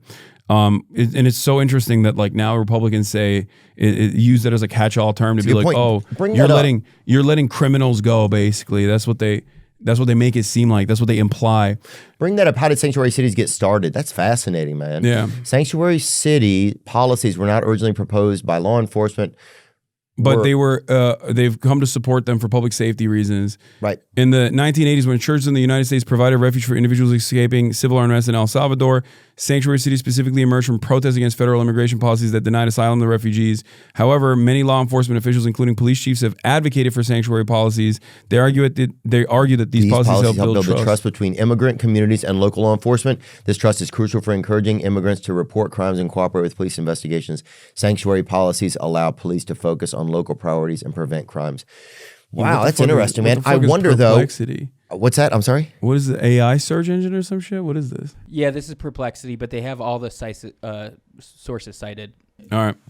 I think it's interesting then though. I wonder how many cities then jumped on it as even on the Democratic side to say like, or left side, whatever you want to call it, but like to say, oh, I better be a part of this now if I want my voters to then vote for me. You know what I'm saying? Like, so sometimes like the political kickball gets created one way, but it also gets used in a field in another way. Well, it's not. I'm not saying one is right or wrong or anything. Anyway, like because I'm a active amnesty advocate. Like I think first of all, this is a civil offense. Amnesty, like crossing the border is a civil offense. Right. Right. And you have a 5-year period where if you haven't done any crimes, like the statute of limitation is over. Now there's different legal, there are different legal interpretations of this and people go back and forth on it. But like the way I think about it is like if a dude is in here and they're working, right? And they're not trying to they're not here to do evil shit. They're here to just simply work. Give him documentation. The difference between an undocumented migrant and a documented one is just a piece of paper, is paperwork. Process these people and allow them to contribute to our coffers in more meaningful ways, because they already pay taxes, but they could be paying more taxes as well. Do they pay taxes if they're undocumented? Yeah. Because I think they still pay into Social Security because they have to get a Social Security number, some sort of Social Security number. They pay for sales taxes, things of that nature. You know what I mean? Like there's a bunch of different contributions that they make, and they can't take advantage of any of the government programs anyway. That's why a lot of Republicans lie. They'll be like, "Oh, undocumented migrants are like stealing our our social safety nets," and I'm over here like, what the fuck? What social safety nets do we have? What are they? We don't have health care. Like, what are they? Are they taking advantage of health care that we don't have? They don't have health care. The thing is, Republicans will literally factor in their natural born U.S. citizen children into the equation to be like, see, they're sending their children to public schools. It's like, bro, that's an American citizen. Right. The child is an American citizen. Yeah. Yeah. 1 in 15 households in this country is a mixed status household. 1 in 15. Oh, yeah. You can't even, everybody's mixed now, it feels like. Mixed status, like as in one parent is undocumented, like a non-citizen. Oh, yeah. Yeah. So it's probably Mexican a lot of times, I would bet. And that's just even my Mexican friends are always like, my uncle's in the back or whatever they'll say, and I don't say anything. But it's like, I think it's interesting. It's interesting, like how things get framed, right? By the media, how things get used, how things like even programs like Sanctuary City, how does it then get manipulated and used as like a negative thing, or as a thing where one party feels like, well, I better declare as this or I'm going to be out of the money, whatever the next thing is. Like, yeah, there's definitely an incentive structure among politicians to advocate for certain things. But ultimately, I don't really care what the incentive structure is if the legislation is good, if it's a good thing. If Trump were to do a good thing, I would advocate for it as well. You know what I mean? Do you think that's true? Because it seems like I have in the past when Trump last time he was president, when he basically said, "I'm going to back away from this North Korea, South Korea shit, and I'm going to let you guys handle it on your own." Mm-hmm. And in the process, he actually reduced the military campaigns that were taking place around the Korean Peninsula to allow these two countries to talk to one another. It's one country technically that we fucking cut in half, but that's a long history lesson I'm not going to get into. North Korea and South Korea? Yeah. And that was an objectively good thing. Like I said it at the time, I was like, and Rachel Maddow was very mad. He was like, "Oh, you're doing this because you love Vladimir Putin or whatever the fuck." But like, no, that was not a bad thing. Like, let these guys hash it out. And let them rebuild their nation. Why the fuck are we like? Why do we have 80,000 to 100,000 troops stationed all the time? Yeah. It feels alarming. It feels like you have to have this military thing. I think one thing that I noticed last night was like the military has had a tough time getting recruits, right? Yeah. Recruitment has been down. Yeah. And so part of me always wonders, well, like, did the powers that be then want Republicans to be in office because they know that eventually, if people are believing more in their country again, it will incite more recruitments? I'm not saying that that's the truth, but you just start to wonder what the fuck is really going on. I'll tell you what made recruitment numbers explode. Does that make sense to you, though? I mean, I know where you're coming from, but what made recruitment numbers explode initially was 9/11. That's it. People joined after 9/11, and after 20 years of just like going out there and guarding like poppy fields and getting your dick blown off by some fucking dude who's hated you because you invaded his country when he was like 14 and probably killed his cousin. After 20 years of doing that, everyone was like, "Oh, this shit sucks. We kind of lost it here, huh?" Like we did a Vietnam and Afghanistan and we had to pull out. So, and that was a good thing objectively. I think it's good that we pulled out of Afghanistan. But I think that's the real reason why people are like, "Why the fuck would I join the military? I can't even get a fucking Charger anymore." They stopped. Dodge Charger? The Dodge Chargers, or was it the Camaro? Were they giving those out? They were. That's the common military car. That's true. Huh? You sign off on one of those. The worst loan of all time. Oh yeah, dude. And then your high school sweetheart is fucking the neighbor while you're out there. Sometimes, I mean, yeah. While you're out there jerking off in a fucking bunker in But some Korengal. dude's jerking off on you or whatever, and you guys are changing each other's names after 8 p.m. or whatever and shit. I think shit gets pretty melodic out there. That's what I mean. You're like, why the fuck are you doing that? And then you come back and the American government's like, all right, we'll give you healthcare. But now you're busted. You need it desperately. And they're like, all right, we'll pay for your college. Okay. You go to college, you get a communications degree. Now you're, 6 years behind the rest of your counterparts, and you're in the same shit ass job market, working, sucking the man's dick every day, working a dead end job that you despise. Yeah, or maybe and you're fucked up. And now every time you go to the grocery store to pick out cereal, you're having a crisis, like a mental health episode. It's fucked up. Well, or a lot of people will also go into the military, learn some patterns that help them to achieve well. My buddy Josh was in for a while. He got out, and now he's able to be a good business owner because he learned, he got up in the morning. It helped him have some regiment. Yeah, no, for sure. I don't think that regimen is bad. I'm a very regimented person.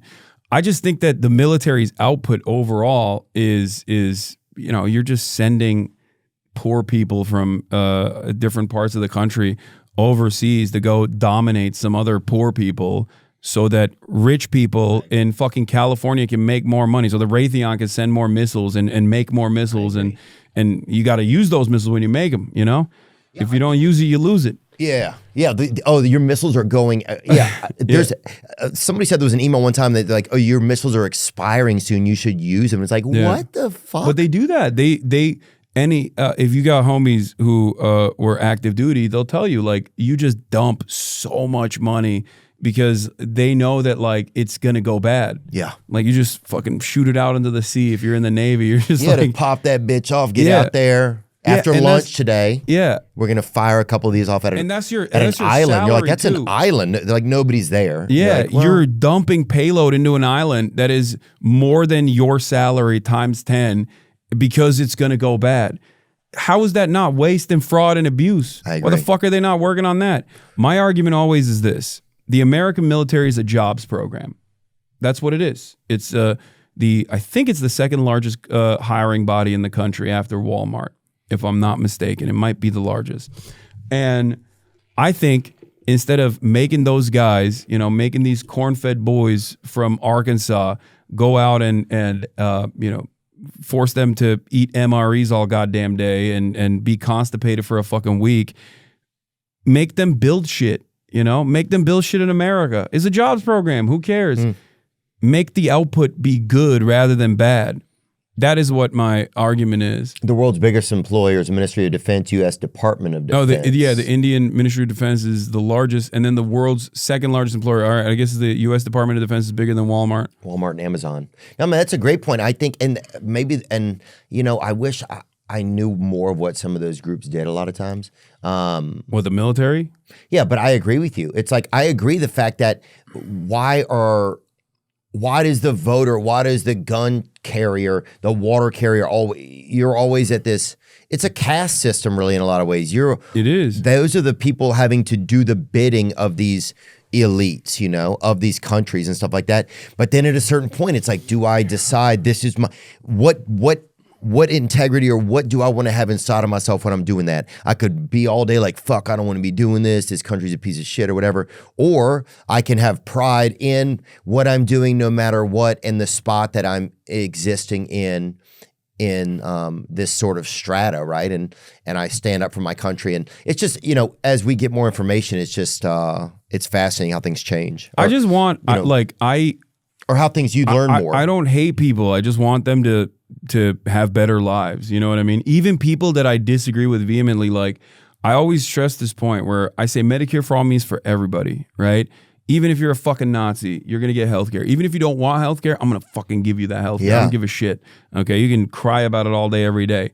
It's just, and I think that's the attitude that other people are supposed to have in this process too. Like there's got to be a universality to these proposals because like, I think we got to do right by others, and we are not doing that right now. The American government is not doing that, and at every step of the process.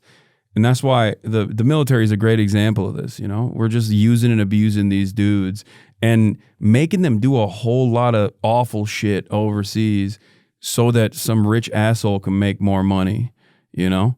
And then they're broken in that process. They come back. There's no way of like repairing them. And we basically lie to them too. We're like, oh yeah, you'll get a great job. You'll go to college. You'll be able to uplift yourself. And it's like, that should be available without you having to serve in the military. Yeah.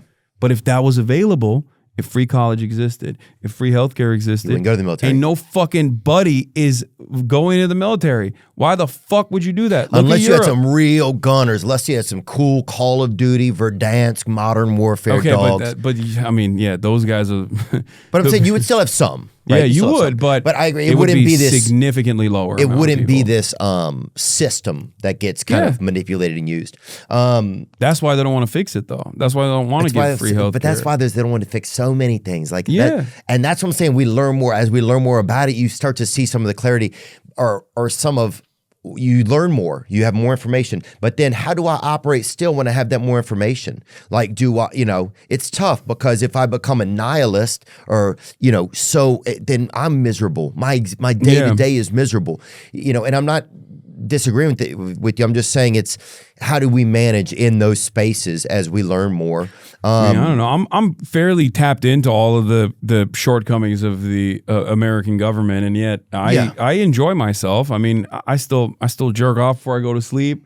I still watch anime. I play basketball. I focus on myself. I think like there are certain things that you have control over, and that is your own body, right? Your immediate friends and your family, and you should actively work on those things to basically not lose sight of your own humanity, because it's easy to get lost in the sauce, in the everyday cruelty that you recognize is happening all around, and it makes you go crazy. And in order to combat that, I always urge people to engage in self-improvement, set goals for yourself, and try to achieve them. That's at least how I've always managed this stuff. And also being around other people who aren't immediately agreeing to your worldview. Like I love parks for that reason. I love third spaces.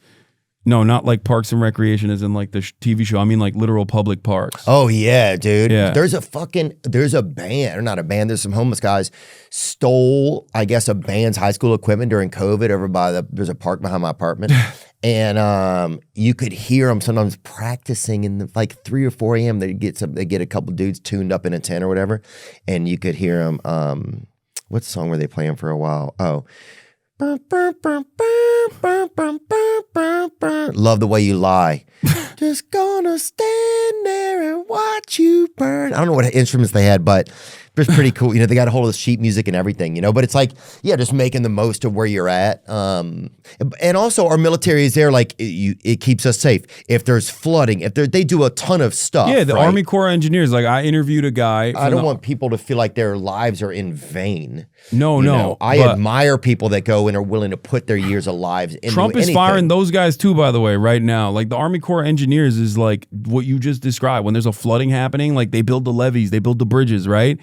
Trump literally is firing those people too. It's crazy. Why is he doing it? Is it because he hates the Army Corps of Engineers? No, because he doesn't give a shit. That's my point. He doesn't care. He's like, yeah, go Elon, do whatever you need to do. Fire these probationary employees. Nobody knows what probationary means, so they think like, oh, it's good. It's good that we're like downsizing a little bit. It's like, no, dude, you're going to start slowly but surely 5 years down the line, notice it. You're going to start noticing that things are just not working. Yeah. Like air traffic control is a great example of this since the Reagan era. Like the numbers of air traffic controllers, even though air traffic has increased, the number of air traffic controllers have not kept up with the increase of air traffic. So you got towers where there's like one dude. There's got to be like 30 dudes in that tower. I don't want the fucking plane. I don't want planes to crash. You know what I mean? Or probably more of them have started to work in. If that's true, is there less FAA people? No, there's probably more FAA people, especially with like TSA and whatnot. But I'm saying that it hasn't matched up to the rate of air. Like there's more planes in the sky is what I'm saying. When there's more planes in the sky, you need more air traffic controls. were cut. The FAA helped support it. Air Safety Union. President Donald Trump's administration has said no one at the federal FAA with a critical safety position has been fired as it cuts the federal workforce. Some FAA jobs were eliminated, had direct roles in supporting safety inspectors in airport operations, according to their union and former employees. This is another way that they lie, by the way. And Karen Bass did this with the LA wildfires, where she was like, oh, we didn't actually cut the LAFD budget. They did. They cut the support budget. But when you cut the support budget, yeah, sure, you're not cutting the actual firefighters, right? You're not reducing their numbers. But when you cut the support staff budget, you're cutting mechanics. When you cut the mechanics and your fucking fire engine is busted, you send it over and it just sits in a goddamn yard for months because now there's no fucking mechanics to fix the goddamn car. Yeah. So all of a sudden you're down one fire engine. It all works together. I'm curious to see, because Trump's making, and there's so many like executive orders and things right out of the gate, and there's so much focus on him by the media too. But I'm curious to see if some of these things turn out to help long term. There's no way. I'm hopeful that they are. I'm hopeful that if they're going to cut Medicare or Medicaid, that it's also because they're going to make price transparency from hospitals, right? And so then the expenses won't be as high, right? Like I'm hoping that there's some long-term strategy to a lot of his ideas. Like the same thing with Gaza and Israel. I don't know if there is. It seems I don't like it. But I'm hopeful. Trump is a major Israel dick rider. He's not changing that at all. I think you couldn't find 30 of these people that aren't, it feels like these days. Yeah, no, especially in the American government. It's really, really awful. Yeah. I want things to get better, and I hope it does. But the reason why I say I'm certain that it won't is because, like, of what you just mentioned, right? $800 billion of Medicare and Medicaid that they want to cut. Mike Johnson goes on stage, says, goes on Caitlin Collins on CNN and says, oh, there's a lot of fraud happening. There's not fraud happening in Medicare and Medicaid on the point of the recipient. Right. It's happening on the point of the providers. Right. And that's why I got banned recently on Twitch yesterday. Because I saw you got banned, and I saw you just got back. Yeah, Libs of TikTok was like posting about how I said something, and they misconstrued it as though it was a call to action to assassinate a sitting U.S. senator. Because I said to Mike Johnson, because I was listening to him back and forth, I said, like, if Mike Johnson actually cared about Medicare fraud, he would tackle Medicare fraud happening at the point of the providers. But it's obvious that he doesn't care about Medicare fraud, because if he did care about Medicare fraud, he would Rick Scott, who is responsible for the historic $1.7 billion worth of Medicare fraud. And is he still working the? Bro, he was a corporate executive at HCA at the time in the 90s. The DOJ came after him, and he basically quit his job.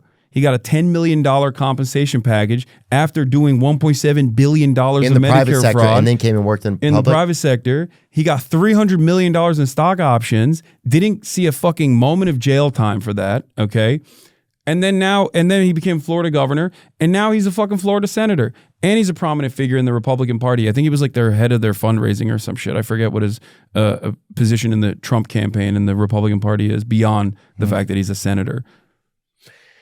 I don't know if they should allow people to go from one to the other, from private to public. You know what I'm saying? Like, yeah. I just, because obviously there's conflicts of interest when people do that sort of thing, Oh, for sure. I mean, that's one aspect. But I agree with you. I agree. It's like, that guy should be in jail. Like, that's what I think. I think if you do $1.7 billion in Medicare fraud, you should be in fucking jail. Like, what are we talking about? You shouldn't be a Republican senator from Florida.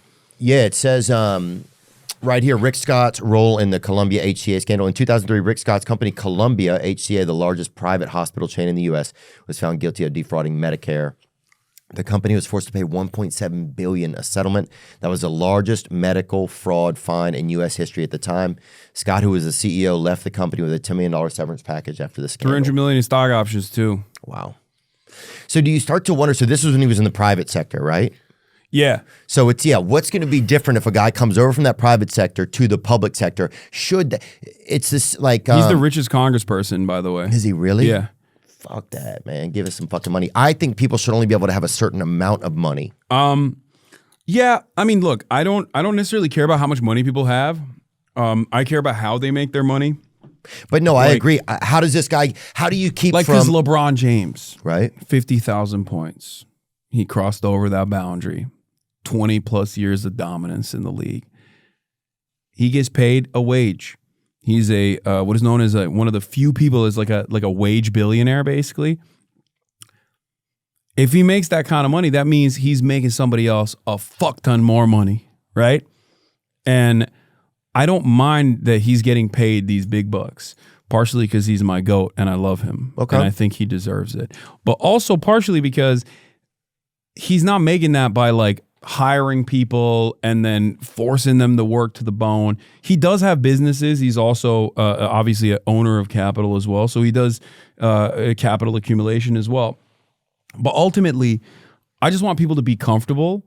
And I think that if you are working a job, like you should be able to have a house. You should be able to live comfortably. Yeah. And it doesn't matter what job it is. You could be picking up trash.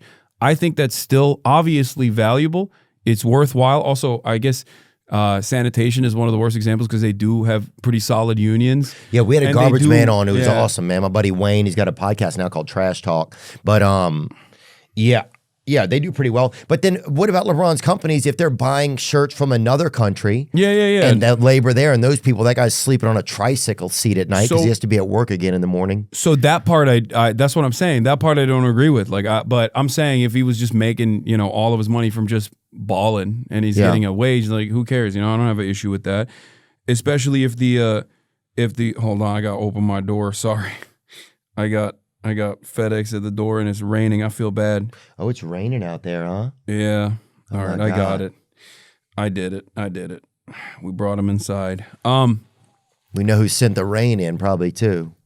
What, the weather machine? The Jews?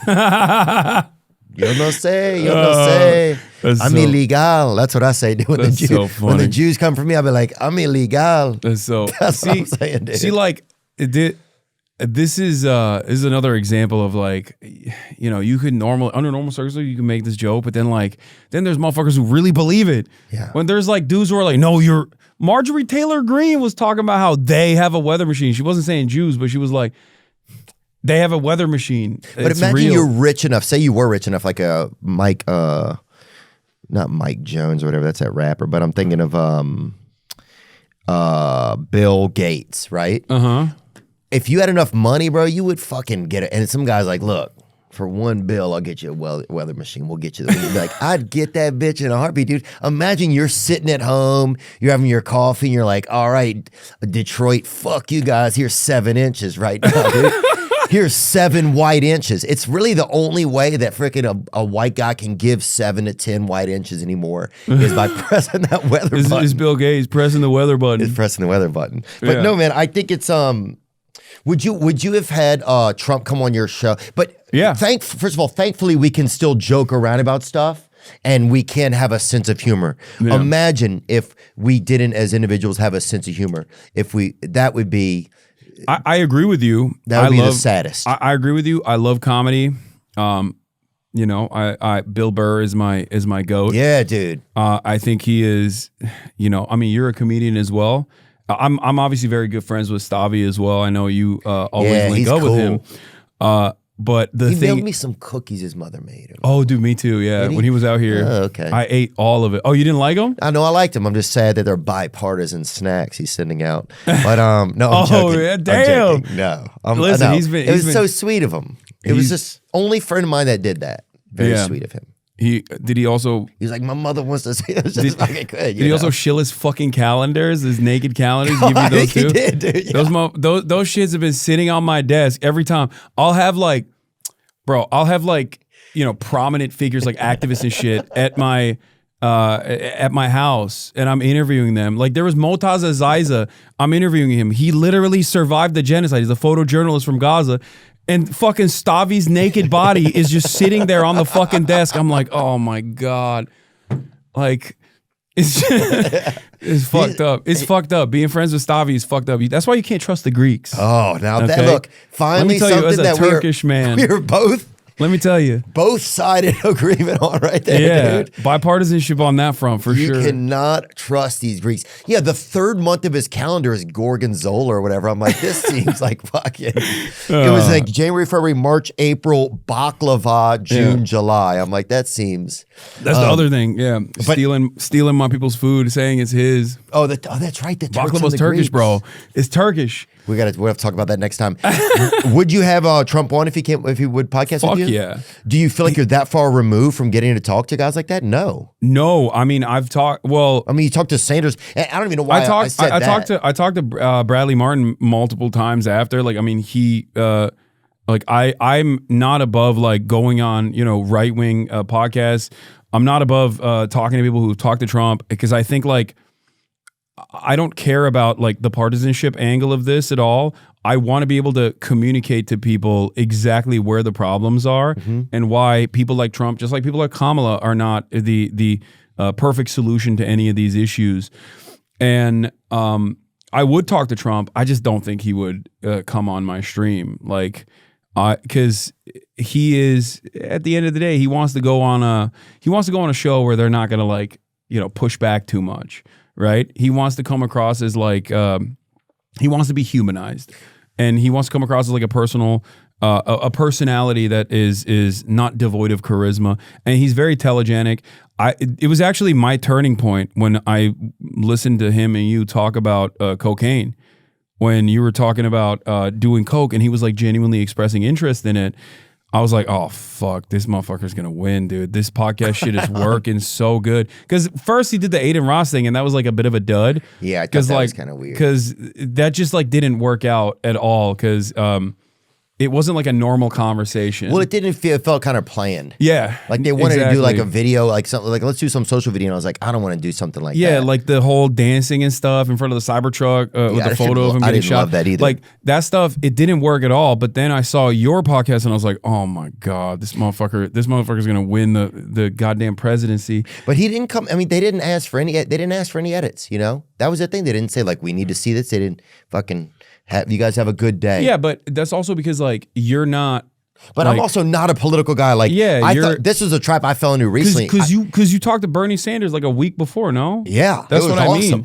That's what I mean. So it's like you're not gonna like hit him on shit. You're not gonna hit him on like stuff that he has no answer for. Well, because I think my goal is to find. It's not a goal, but I just want to get to know people, kind of, right? Mm-hmm. And I realized I fell in this trap recently. I thought that just because I had some political people on last year that I knew about politics, I do not.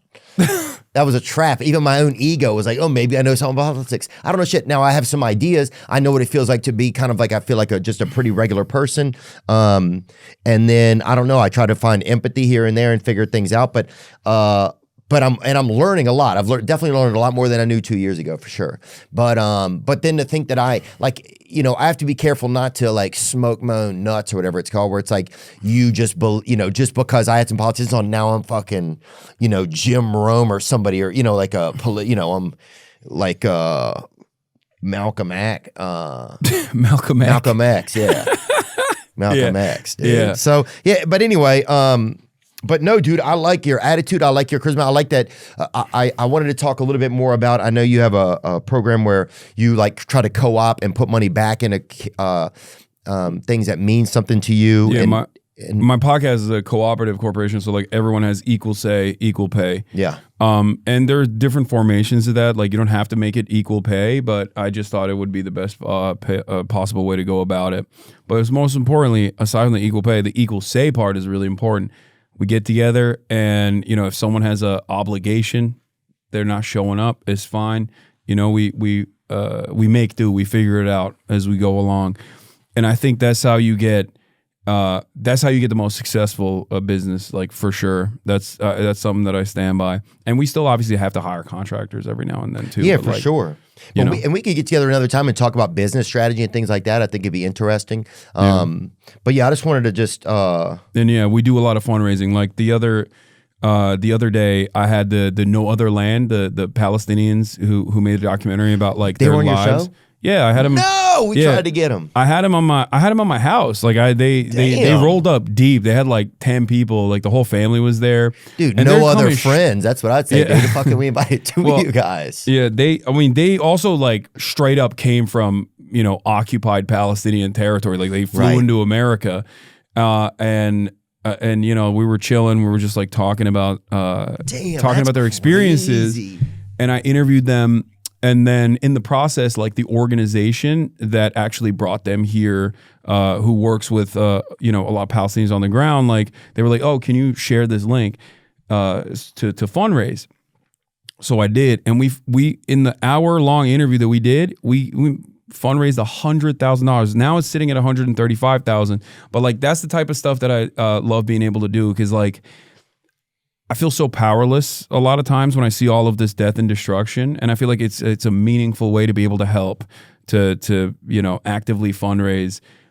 Gives myself and a lot of people that watch me the opportunity to say like, at least we're trying to do something, anything. You know what I mean? So I try to do that to the best of my ability. We've fundraised for Palestinian aid organizations to the tune of, I think, like almost more than $3 million at this point since October 7. Wow. Yeah. Dude, yeah. I appreciate you even saying that, because I think that's something I need to hear more about. It's on my brain and heart a lot. We started a foundation last year, but haven't started to figure out like what to do with the money or what exactly to do, Yeah. Like I would like to create a business that like I thought about like water, like you're selling water, but the money goes towards rehab for people that suffer from opioid addiction, that sort of thing. Yeah. Just so it's like using something that everybody needs, but finally the proceeds, it only goes towards this thing. There's not even a profit. It's like this is what it's for. Yeah. But I need to be more. I've done that in the past too. Like my like I have merch, and it's U.S. made, union made. And obviously the margins are incredibly slim for that reason. American Giant, is that dude does your merch, or no? Is it? No, it's Bayside is my garment manufacturer, my garment provider. Is one of the only union shops that is a garment manufacturer in the country that can like keep up with the demand that we have, because there's a shit ton of people that are buying these t-shirts. So like, and sometimes I'll just like I will fundraise like by saying all the proceeds, like every single point of profit is directly going to a labor union. Like I gave the Amazon labor union, I think it was like $170,000 or something like that off of just that. We fundraise like I think around for Amazon packaging. The Amazon labor union, yeah, like the people that work at the distribution facilities. Another thing I did this past year was for I don't know how to say the name correctly, but Raices. It's an organization that works with undocumented migrants in Texas specifically, and they give them translators and lawyers, and they pay for lawyer fees and stuff like that. So I'm actively working on fundraising initiatives like that, because I feel like there's a lot of stories that don't get told in mainstream media. That's why I interviewed the incarcerated firefighters that were combating the wildfires in LA. There's prisoners that fight wildfires, right? Oh, they send prisoners out to fight them. Yeah. Oh, wow. And there's like a training program and stuff. I'm working with an organization to go and actually see them at their prison, their training camp. Fuck yeah, dude. Yeah, that's so creative, man. Yeah, that's I'm glad you say these things because it's just stuff that I can remember to try to focus more on, or because everybody, that's the crazy thing. It's like everybody at every point of something, most people need support, right? Or they need some type of support. They need an ear, they need a blanket, they need a mouthful of, or they need a friend, there's a lot of ways to be a part of the world, and always to try and find a corner where you can express care. Hasan Piker, thanks so much, dude. I'd love to chat again sometime. I know we didn't get to cover, some stuff we did, but I just appreciate it, man. I think, I just think it's important too that people just get together and talk about stuff. I wish I'd have been able to have probably some stronger political conversations with you. Some of that stuff I don't have as strong of a knowledge base in, but I admire you, dude, and I admire the way you operate, and and I really appreciate your time today. All right. Thanks for having me, man. This was great. I'm sorry you have to go stream for so long too, dude. No, I love it. I that's the things that I just told you in the last 3 minutes is exactly why I love what I do, because I have a giant community with a big heart. Yeah. And I think that is what makes everything worth it. Because like I said, there will be people swearing up and down that I'm the worst person that you've ever met, no matter where I go. It's just noise. It's mostly people that are online that doesn't like translate to real world experiences at all.